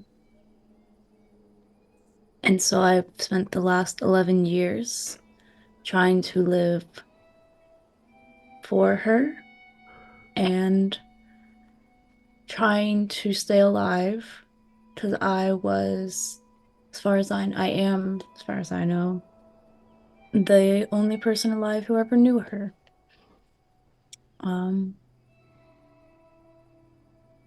and I've been living in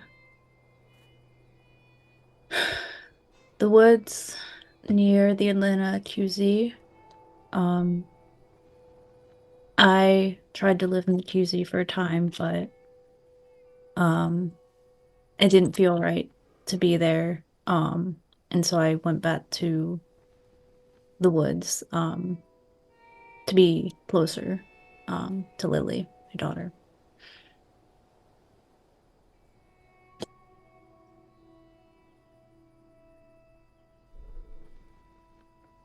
I was 18 when the outbreak started. And I did what I'm doing now, surviving. It's the one good thing my dad taught me was how to survive. And look where that fucking got him. He's put me in the same place that I'm gonna get to. But I'm safe. I am. Um. I don't know what's happening, but you're supposed to be helping us, right? To keep surviving, right?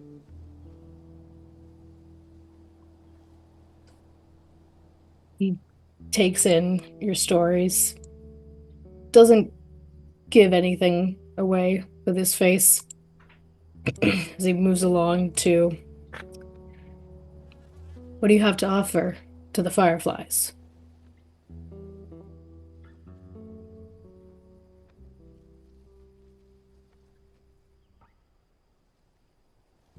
Um, You go. okay. I have a good head on my shoulders. I'm handy. I'm good with a weapon. I was a soldier back in the QZ. I am familiar with patrols, good at taking orders, good at doing what needs to be done.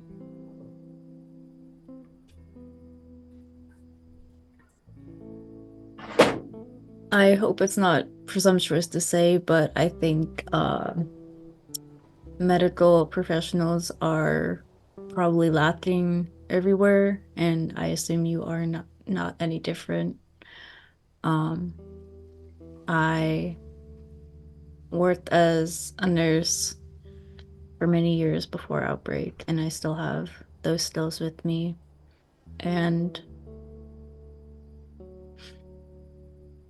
I believe I could not only be an asset to you, but I would be honored to actually be able to provide those skills to anyone, who needs them. I find shit. I'm really good at finding shit. I find my old man said it was just luck that I was lucky, but it's not. It's not luck. It's not luck. Luck's not fucking real. If this shit is any sign of that, I'm a good shot too. I'm a pretty good shot. Whatever that's worth, it's gotta be worth. It's gonna be worth something, right? Marty takes out the notebook that he referenced earlier, and hands it over to Jason, and says, Lucas. "Luke, oh, sorry, Lucas." Hands it over to Lucas.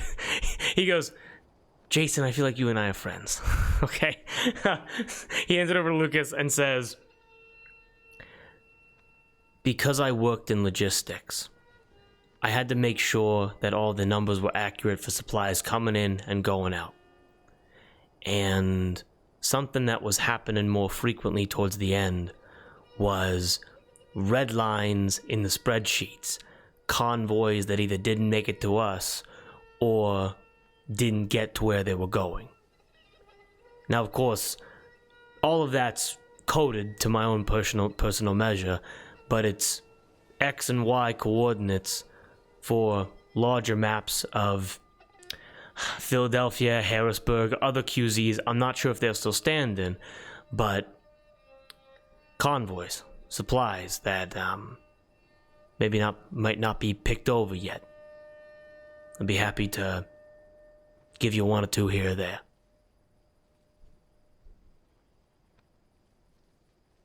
He takes the notebook as well as all of your contributions and tucks that away either in his pocket or in his mind as he concludes with, "Do you believe the others should be allowed to stay?"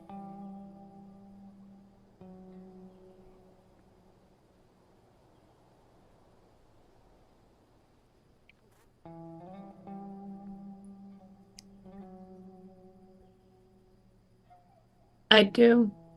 I trust them, and I don't think they would have come this far if they didn't believe there was something at the end of it for them. If there wasn't, they wouldn't have come this way if they didn't think there was something at the end for them.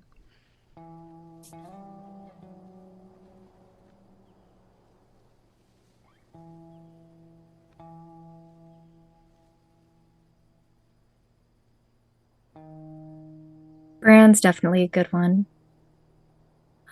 She's got medical experience. I'm sure that'd be good.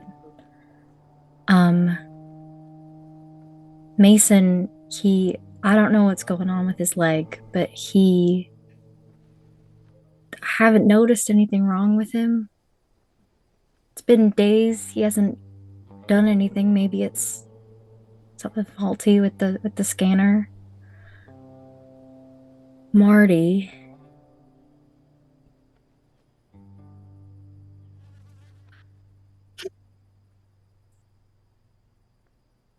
He had this fancy radio that none of us had seen before.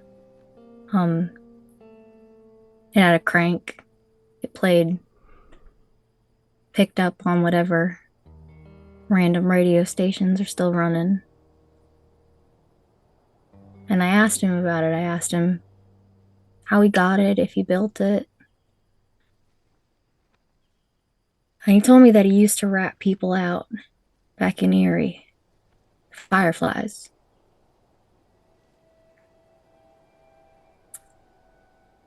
And I wouldn't feel right not disclosing that to you.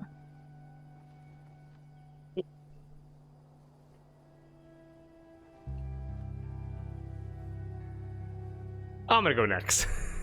Yeah.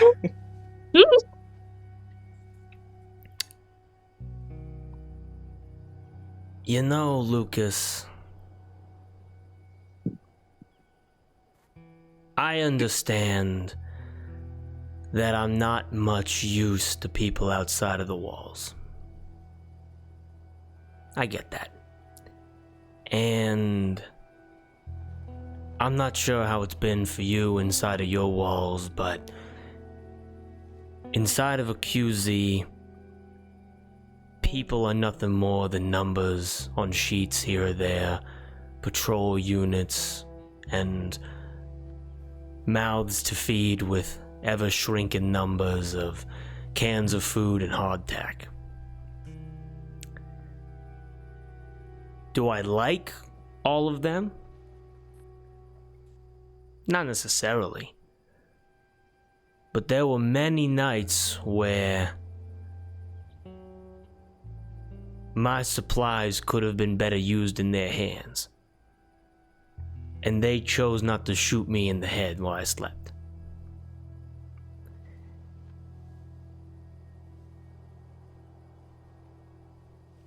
And so, infection, no infection, firefly, no firefly,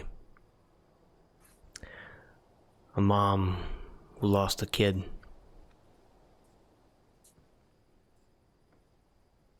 I think they all deserve a fair shake.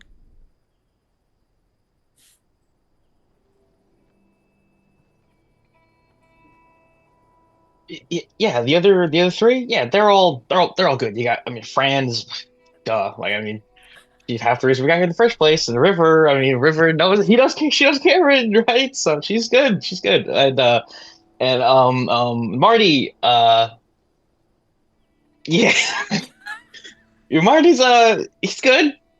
I think. Yeah, he's good. He's good. He's good. Like, they're all great. But like, let's like, what about, like, this is about me, isn't it? So how about you don't have to let me in. Just let me go. Just, we can pretend this never fucking happened. We don't need to go through all this procedures so you can do me in like I did my old man. No, no, no. I'm not gonna let myself turn so you could kill me like I did for him. Rushmores take care of themselves, and you just let me go. It'll be like nothing happened, and I'll take care of it myself. Okay? Like, it doesn't need to be a thing. It's just like it never happened. Never happened. Never happened. It's okay. It's okay. Right? I think that's a fair trade, don't you think?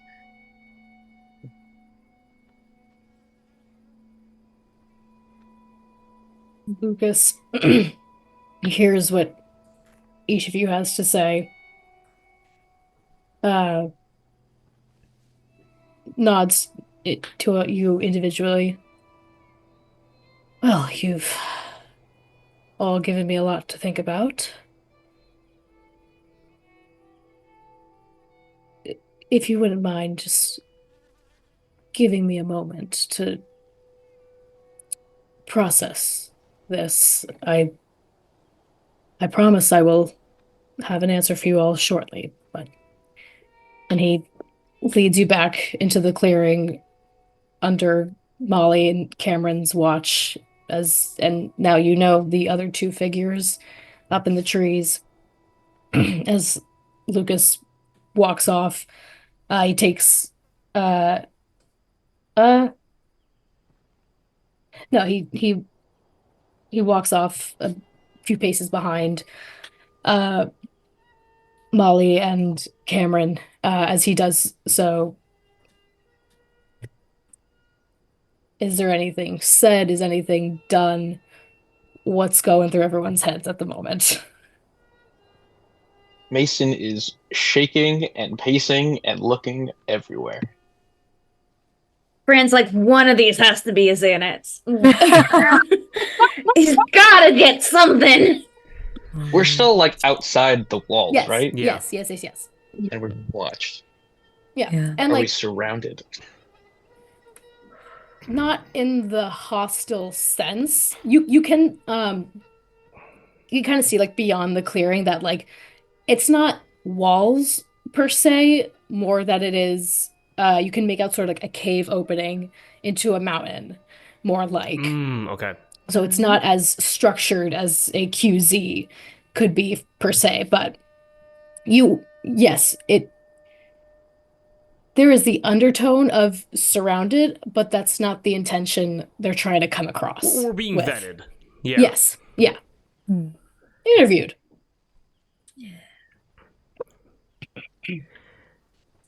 Marty approaches River, obviously, and just very quickly says, like, low voice, "Did I assume he asked you the same questions that he asked me?" I assume so. Okay. Now I'm gonna be straight with you. I'm taking a leap of faith here. I didn't fuck you. I know we had a bit of a conversation, and some personal regrets might have come out. And I just wanted to make sure that what we said in confidence remained between us.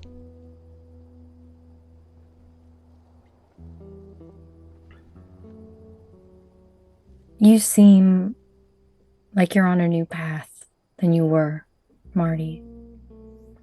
And I wouldn't do anything to jeopardize that. Okay.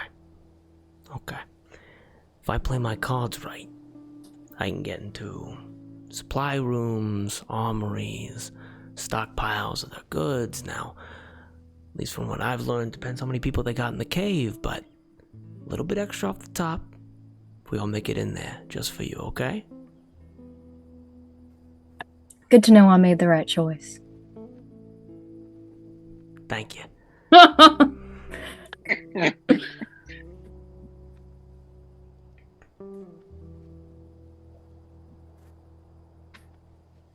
Anything else? Just sitting there very tense, Yeah. watching all the fireflies. Yeah. And very worried about Mason. Like, what's going on? He's made a very drastic shift since we have arrived. Bro, are you okay?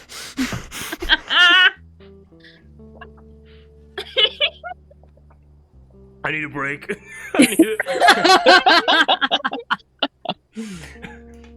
Yeah, definitely. That is a question that I wanted to ask. Of like, does this seem like normal anxiety or like anxiety? Is he like getting twitchy? Oh. I mean, it sounds like anxiety. You're basically told, hey, you tested positive for this incurable disease that will take your body over and you'll die soon. But on the other hand, you've had to stretch for a while, so that doesn't add up. So Could we try like Not breathing good. exercises or something like yoga? I think it's called like upside down dog or something like that. It's supposed to like lower your heart rate. You say that to Mason? Yes. Mason is not looking at anyone, Okay. and it's almost as if, it's as if he's not there, but you could see that he keeps trying to look like behind, like back the way we came, and He like wants to for a leave, for clearing sure. or for something. Yeah, Oh, okay. I mean, something. if you are like infected or if they don't want you, like, yeah, just run to the woods. I support it.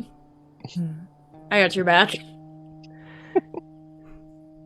But yeah, if you can, like, under his breath, he's not really he's just mumbling just random shit. So yeah, you can't really tell if it's what kind of oh shit anxiety is happening right now.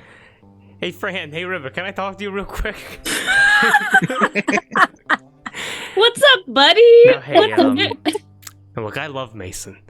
You know, I knew Mason before you guys knew Mason. Huh? Mason's a good friend of mine, but I think we need to speak honestly about Mason really quickly. Does that look normal to you? Is that down there? Is that a normal man? I'm You not mean a the doctor. cut? You mean the cut or just like the reaction? The reaction, totally normal. The reaction is normal. Put yourself in his shoe! He keeps scratching his neck like he's doing meth. But we've been with him for days, and he hasn't turned. And he hasn't done any meth! Yeah, so maybe he's in withdrawal, or maybe he's infected. See, the problem is he's putting the meth in the ankle. Ah, classic case of meth in the air. What the fuck are you talking about? What if he's... Are we gonna have to do something about it? What, like, he's making me uneasy. If something needs to be done, I think the fireflies will do it. I also think he's... If he is infected, I feel like, well, one, they'll probably just shoot him without any, and it'll just be like, done. Or, and this is definitely away from where Mason can hear. Hey, Mason, buddy, we're rooting for you. Okay, so what are you saying? And you look back, Marty, you just see him standing in place, rocking, and you can, like, if you listen hard enough, you can hear him saying, not under his breath, but not out loud, like, it's normal, it's okay, it's normal, it's okay, it's normal, it's okay. I mean, if you just want to run to the woods and live out the rest of his life, if he is infected, just being out there, What? that's fine too. Like the good ending of Old Yeller? I guess I've never seen it. I've seen it. How you? Whatever. Not important. It makes me sad. Yeah. Okay. Okay. But that's really all I wanted to say. I just want to make sure that we're all seeing the same thing. Yeah. Yeah, I mean, he's not well, but that might not necessarily be the ankle. Might just be the situation. Hey, Mason, you need anything? You need like a water, buddy? Like, how you doing over there? Normal. It's okay. It's normal. It's okay. Okay. You want a... You want a Rolex? Does that make you happy? Mason goes, a roll? No, okay. Like fucking Scooby A Snack. Rolex, you say? We need like a weighted blanket A and a what? baby sensory video. Coco The friend having a Melon! bad high. Oh no. Okay, but that's Cocomelon. what's going on. I just wanted to have a group Yeah. discussion very Yeah. quickly, so we're all good there. Okay. As you sort of come out of this huddle, you see Lucas beginning to approach you all.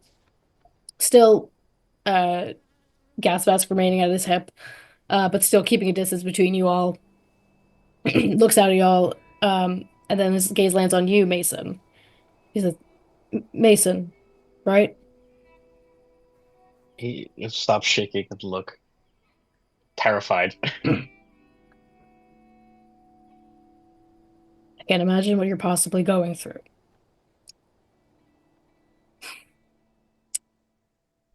If I may be so bold as to make a request upon you.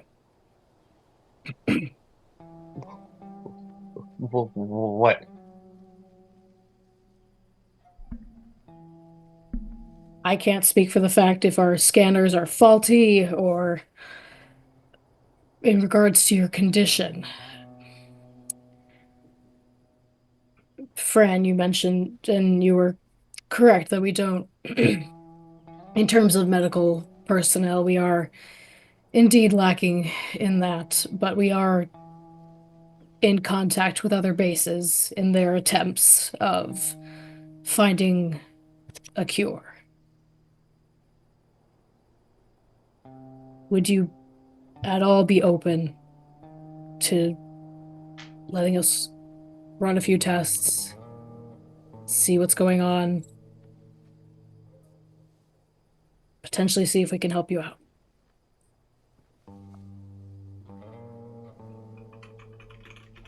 Mason just has a 1,000-yard stare for a second. Mm-hmm. A small ask, I know. You check me alive, right? I get to see that? Yes, of course, son.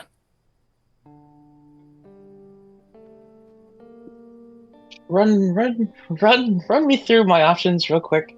If it's what I think it is, and just it's just I got a little oopsie daisy, and you give me some meds, and I'm good in a couple days, right? That's option one. Option two is it's the other thing, and I'm fucked. As he says that, he just goes like stone cold straight face. And what? I'm gonna help find the cure that hasn't been found in 11 years? I don't know. Color me pessimistic, but that doesn't sound like it's plausible. Unless you got the cure, right inside, right? Look, and he addresses all of you. You've all journeyed this far. The last thing we want to do is send you back out there without anything to help yourselves.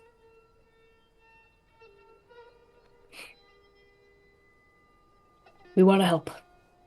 Just as you're here to help us, we want to help you. And you're not wrong to be pessimistic. I feel crazy even just saying that.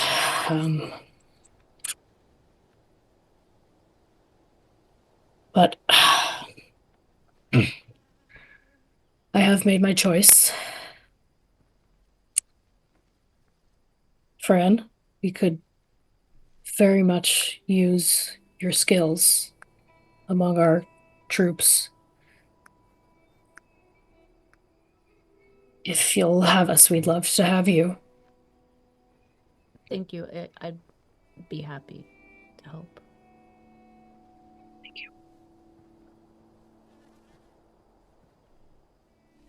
Marty, right? Yes, sir. What was that? I didn't quite catch that. Yes, sir. Sorry, in my age and, things start to go. But I never met your mother, but from what I heard from contact, she was a good woman. And if what you told me is true, I would be very grateful for anything you can lend to an old man's ear.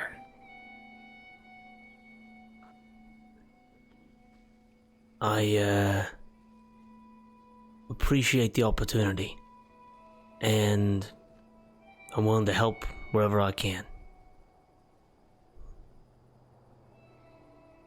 River, heard quite a bit about you from Cameron over here.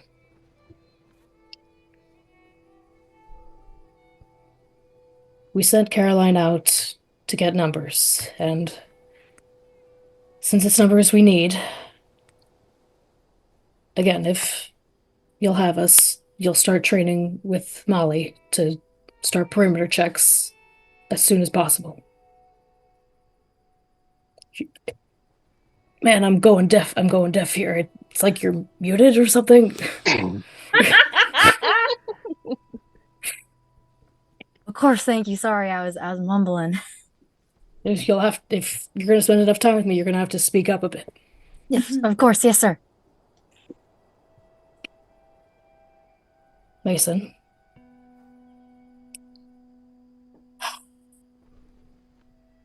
There's no easy way for me to say this, but if it's true what you say and that you look out for your own, I'm afraid I have to do the same. I know I said I didn't want to send you back out from where you came, but Stop. Just,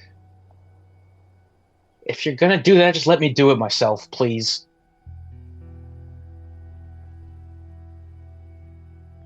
what you want to do is your choice. I just prefer you be by yourself. And no shit. And Mason will turn around and walk back on the trail. Wait, you don't even want to give it a shot of someone else checking you out? Someone might know something. Mason laughs to himself. The second opinions, huh? And Mason will turn back to look at. There's always the one doctor. 9 out of 10 doctors, there's always the one. You just gotta find the one. We've all seen it in different ways. There is no one with this shit. Been ruining everything for the last 10 plus years, and not me. I'm not doing that. You guys go on, do your shit. They seem to have it all figured out, except the one fucking thing that I need when I needed it. But I'm sure you'll hear when I go. But do yourself the favor and leave me alone. If you're still alive, tomorrow, or a week, or a year, and whatever that is doesn't catch up with you, you get your ass back here. You find us, and we'll help you.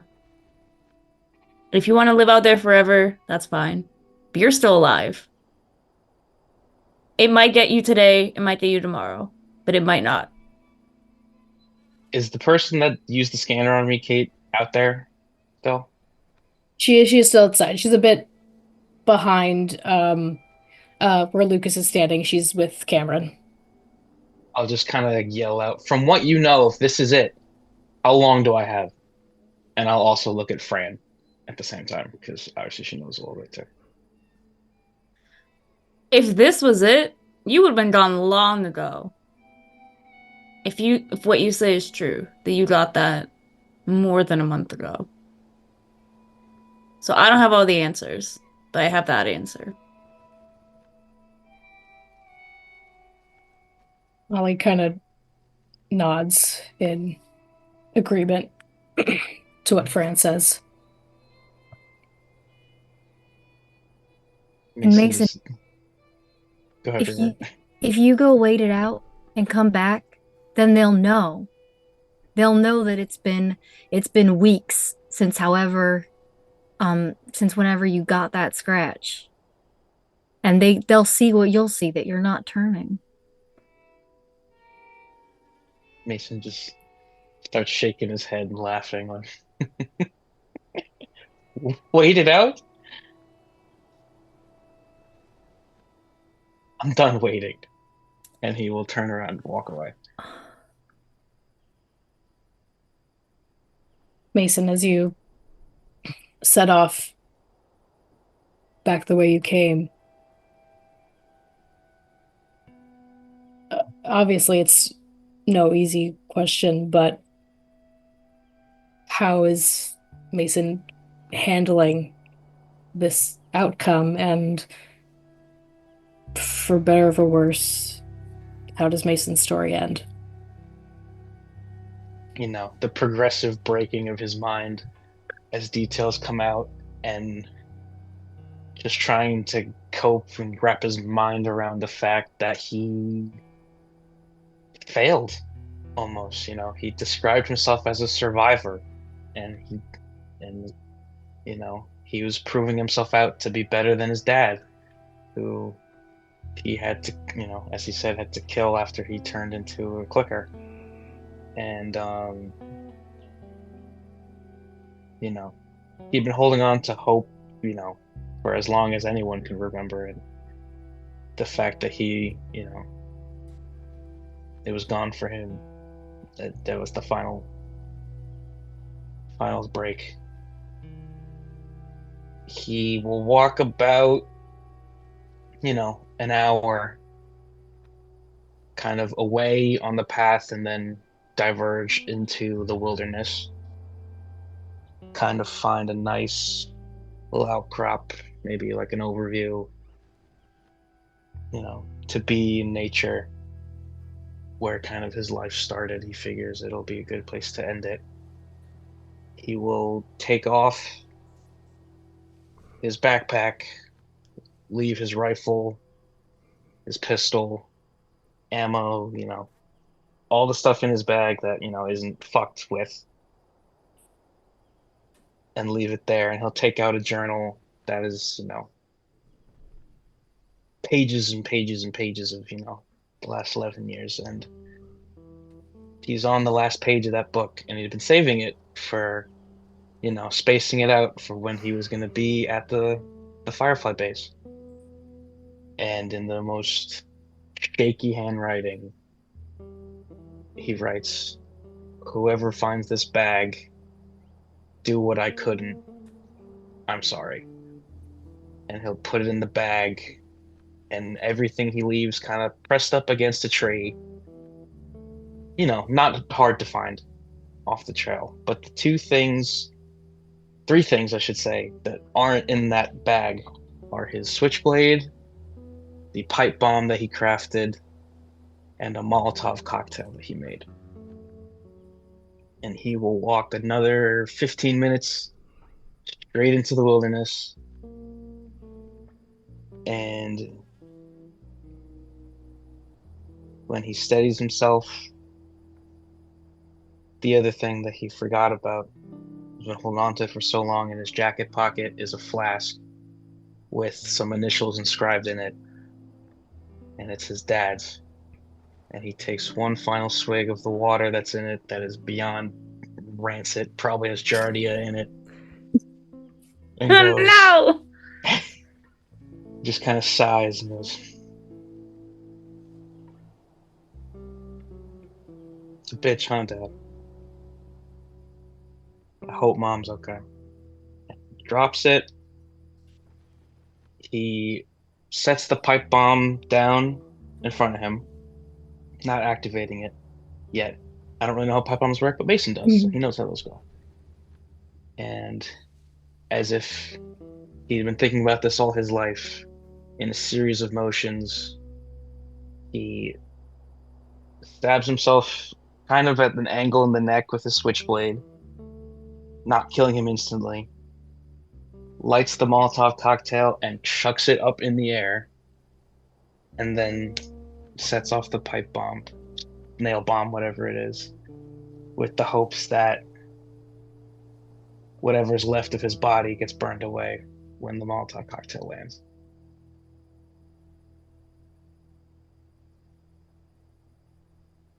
Bran, River, Marty, once Mason walked away, you were all led by Lucas, Cameron, and Molly towards the base, and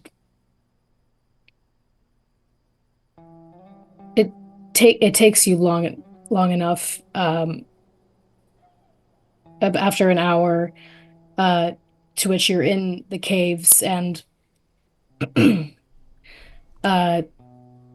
it's nothing to write home about, as the Fireflies are not established as a group like Fedra, even after 11 years. But you see how they've worked with the caves, the natural caves of the mountain, to section off dorms, a med bay, kitchen, private rooms for meetings. As you're walking through the tunnels, you feel the earth shake under your feet, and then stops. And you're to take with that what you will.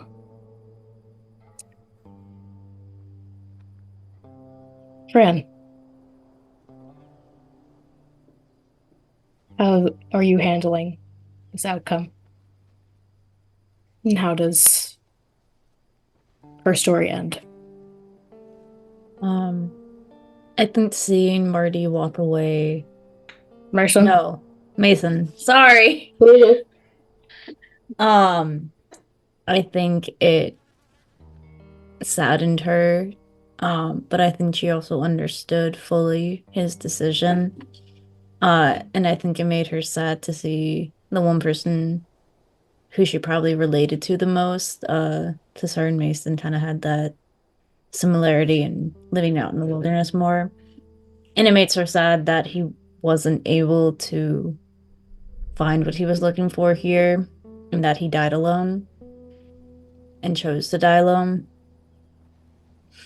But I think she respects people choosing their own outcome, even if she doesn't like it. It's generally the one thing I think people might have control over in this world. But it definitely guts her. And how her story goes from here, she probably works in the Firefly base for as long as she can. She tries to help as many people as she can. And if there's other Firefly bases working on a cure or just any other medical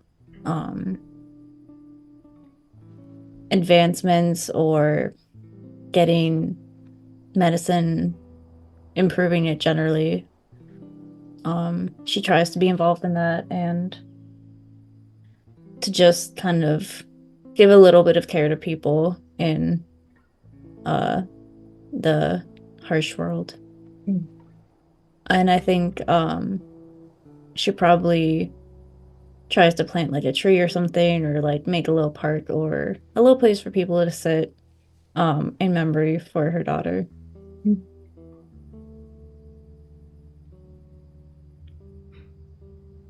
If I may, Fran, once you're all brought in, given sort of a orientation tour of the space, you are made aware of that although the base itself is built into the caves of this mountain, uh, there is still the summit of Mount Katahdin, which is signified as the northernmost point of the Appalachian Trail. And it's Lucas says to you that those daring enough to make that trek are rewarded with a quite stunning view at the top. If that seems like something Fran is capable of, or an appropriate place to leave that sort of memorial for Lily. Yeah, for sure. I think she would make that trek. And I think going up there, I think she probably realizes that is probably the best place. With the view. Mm-hmm. Yeah. It's about a day trek uphill, treacherous at times, but you make that trek and you're rewarded with a massive view all around you. Would she prefer to see the sun set or the sun rise? I think the sunrise. Mm-hmm. Yeah, so she probably heads up before the sunrise when it's dark out. Mm-hmm. Makes her way up there, enjoying the challenge a little bit too. Mm-hmm. And watches the sunrise over the mountains. Mm-hmm. And as the morning sun greets you, Marty, how are you handling the outcome, and how does Marty's story end? I think for Marty, the bonds formed between River and Fran and Mason and himself, at least in his mind, the bonds formed through surviving and traveling together are, although they did not know each other for that long, were more significant than most of the friendships that he had in the QZ, because there was always that intensity, that reliance on each other. And especially Marty understanding that he really relied on these people a lot more than they ever relied on him. He really is reminded of his mom in a lot of significant ways. And the loss of Mason, I think, hits him pretty hard. I think that Marty doesn't necessarily, if I may, doesn't actually hear like any of the explosions or the fire happen. I think Marty would already have been inside when all that occurred. Yeah. And so I think Marty, in his own little like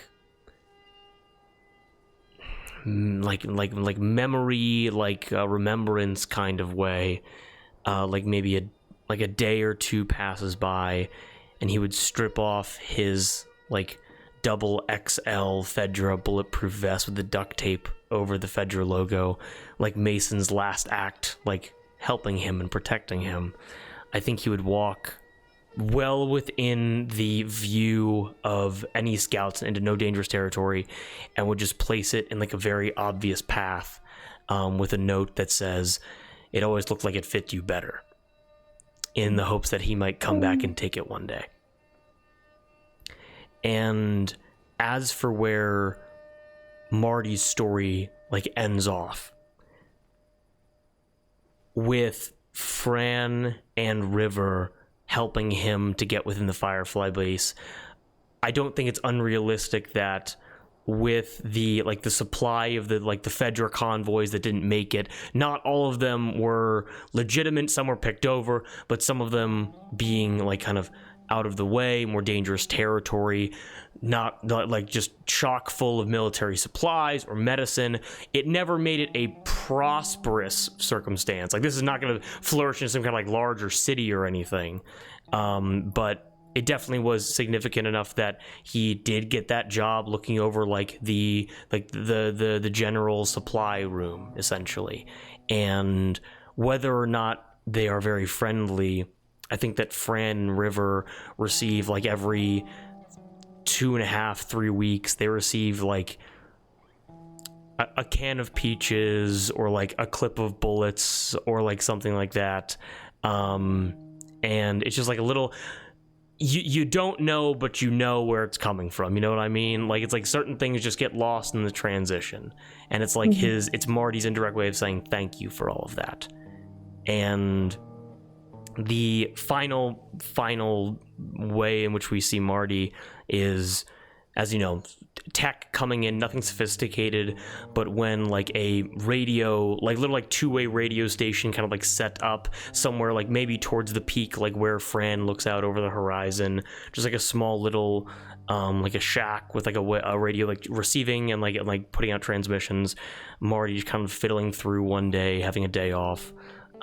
He switches over and he hears the music. He hears that jazz that was on his handheld radio those weeks and months ago. And in that moment, when he hears the jazz after settling in again, he just begins to weep. He just begins to cry and break down at the table.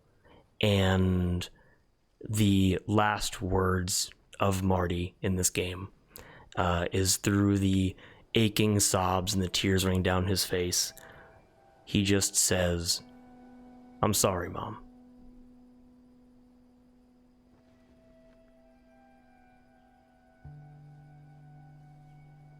As that music carries over and washes over you, River, how are you handling this outcome? And how does her story end?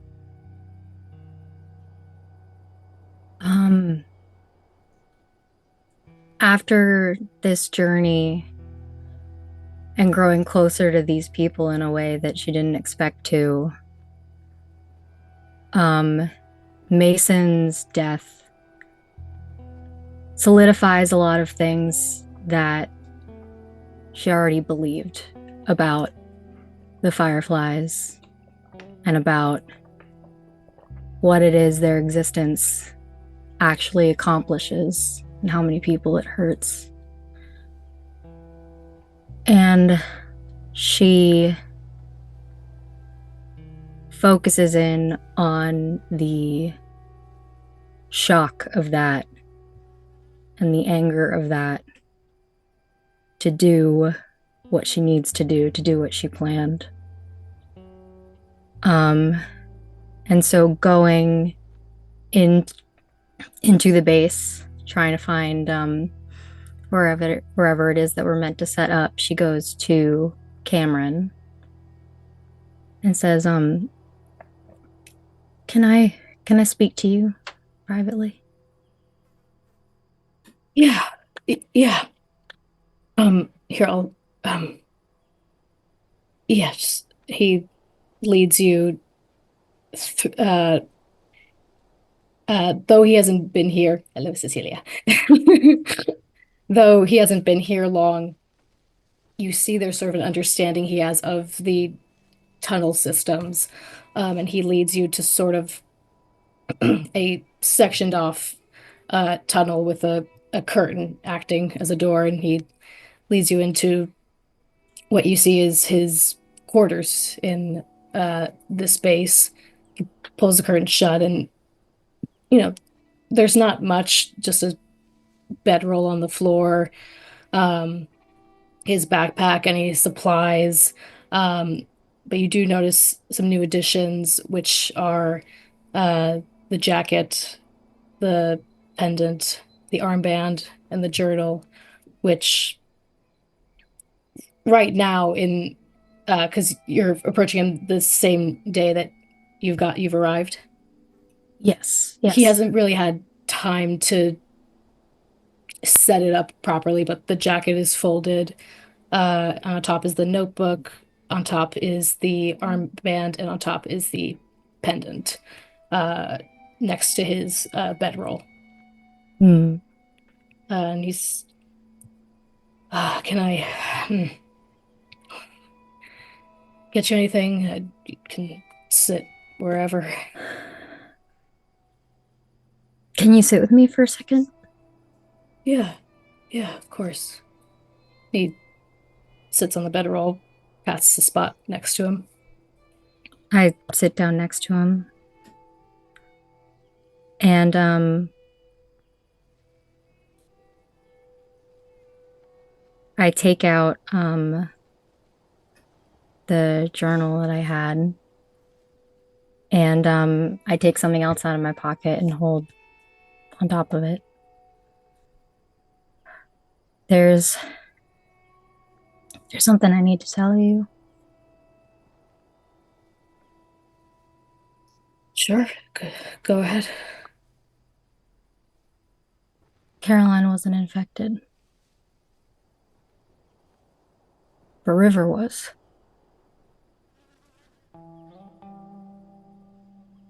She didn't make it out of the QZ a day after she followed you. You told her to follow the light. She told her to follow you, and she did. She got infected. She came back. She tried to say goodbye, but it was too late, and they killed her. And they came and told me. And I knew where she was going. She left me a letter behind to say goodbye. A letter. She was all I had. She was mine. And I was all she had. And I wasn't planning to kill Caroline, but I saw her and she told me who she was. And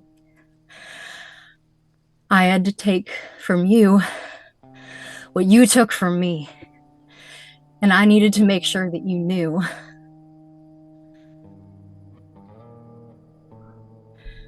And I'm going to take from behind River's journal, my sister's journal, Caroline's switchblade that I took off of her. And I'm going to jam it into his throat and drag it across. You promised her that things would be better if she followed you. And she left me.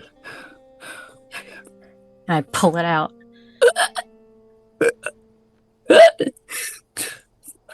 Scrambles back away from you, trying to keep pressure on the wound as blood pours out of his fingers. Yeah. Help. No. There's no help. There's no hope. There's no nothing.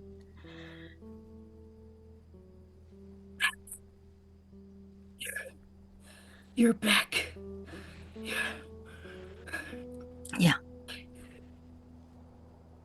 I'm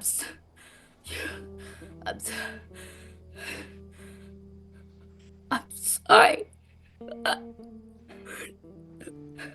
It's too late. He scrambles back, leaving trails of blood behind him, trips over himself, slips in his own blood, grabs the curtain covering his dorm, grabs it, tears off the cave walls as he sort of trips, wraps himself in it, and wind knocked out of him, lies on his back, staring up at you in horror, looks around in vain.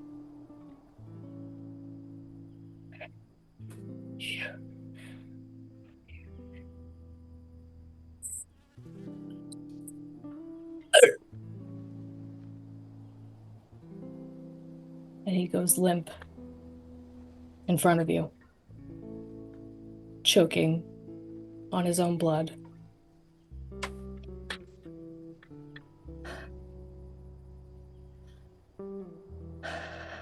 River. Not River. Beck. Stands there, shaking. and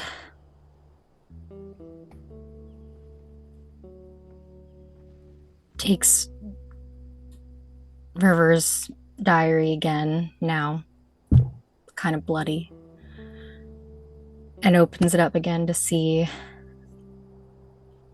her sister's handwriting and the kind of transformation that happened since she met Cameron. Just growing discontent with the QZ and always having been the more optimistic of the two of them. Hearing all of the things that Cameron said about the Fireflies and what they were planning and how she had so much hope and all she wanted was for Beck to go with her so that they could maybe find something better. And Beck refusing and her planning to leave. And that the last entry in it being the letter that River wrote to Beck when she decided to leave, when Beck wouldn't come with her. And thinks back on the journey to get here, on cutting her hair to look like River's, on giving herself a scar on her face to match the one that River had. And now that she's done what she needed to do, and River's gone, that she doesn't have anything anymore. And so she folds the switchblade, leaves it with Caroline's jacket and armband.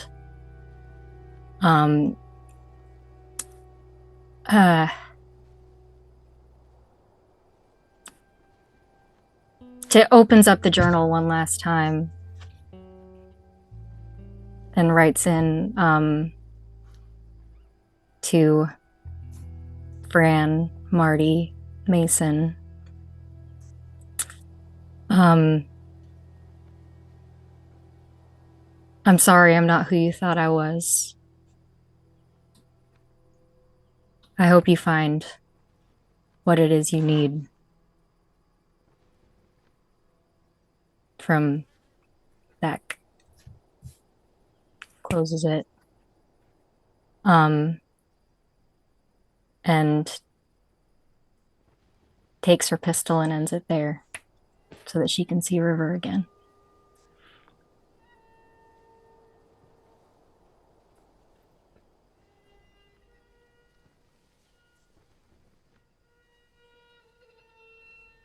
As we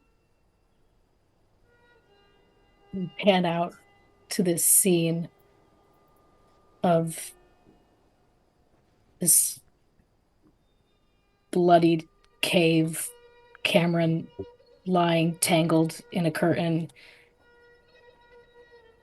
one arm reaching out into the cave and another forward towards Caroline's possessions.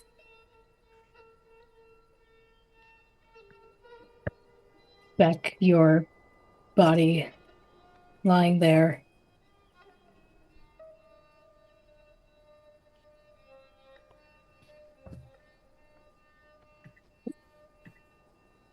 Damn it, Kate. I'm sorry. No, you're good. We pull away from there.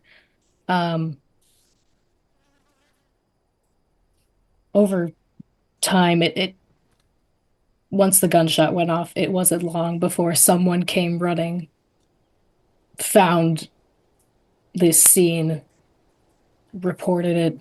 Slowly over time, Marty, Fran, you hear bits and pieces of the news of what happened. The Fireflies scramble to try to make sense of what's happened. The two of you, understandably, are brought in for more questioning as to what you knew of this at all, but if you weren't being watched before, you most certainly are now. And although you've offered much needed capabilities, while you're within walls, there's always eyes watching you, watching as you work, where you go, regardless of whether it was your desire or not to be with people. For better or for worse, you're not alone. And in the wake of all this, we pan out from the cave. The trail, a long gone background, as we move up to the peak of Mount Katahdin. Fran, where you've placed that memorial for Lily. As the sun rises on a new day in this new world, as where we're going to end this tale of the Trail of Decay.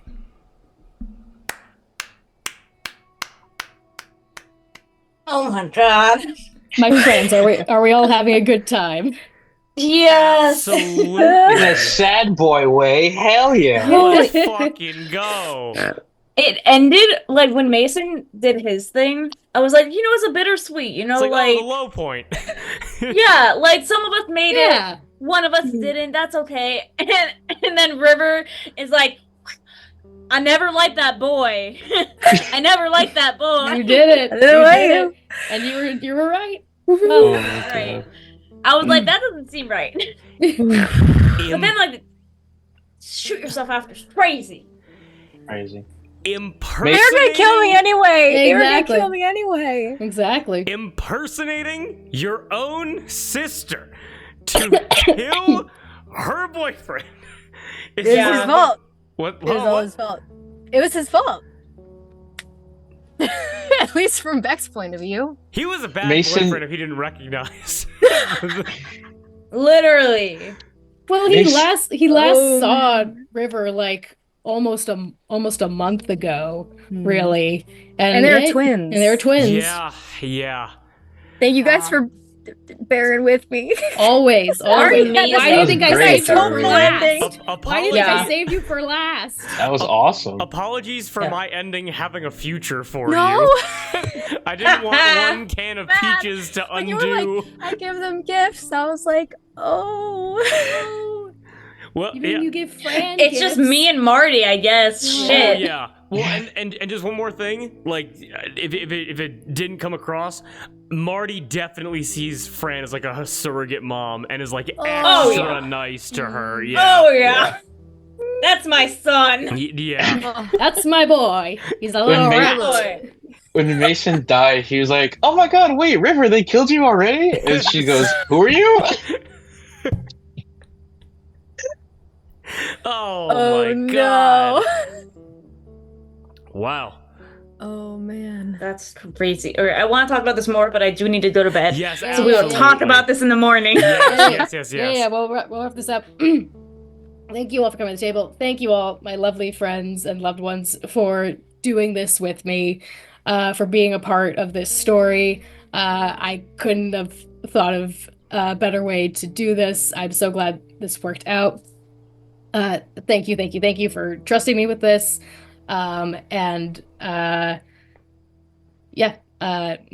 Much love to each and every one of you. This was so fun. Thank you, Forge of Lore, for the raid.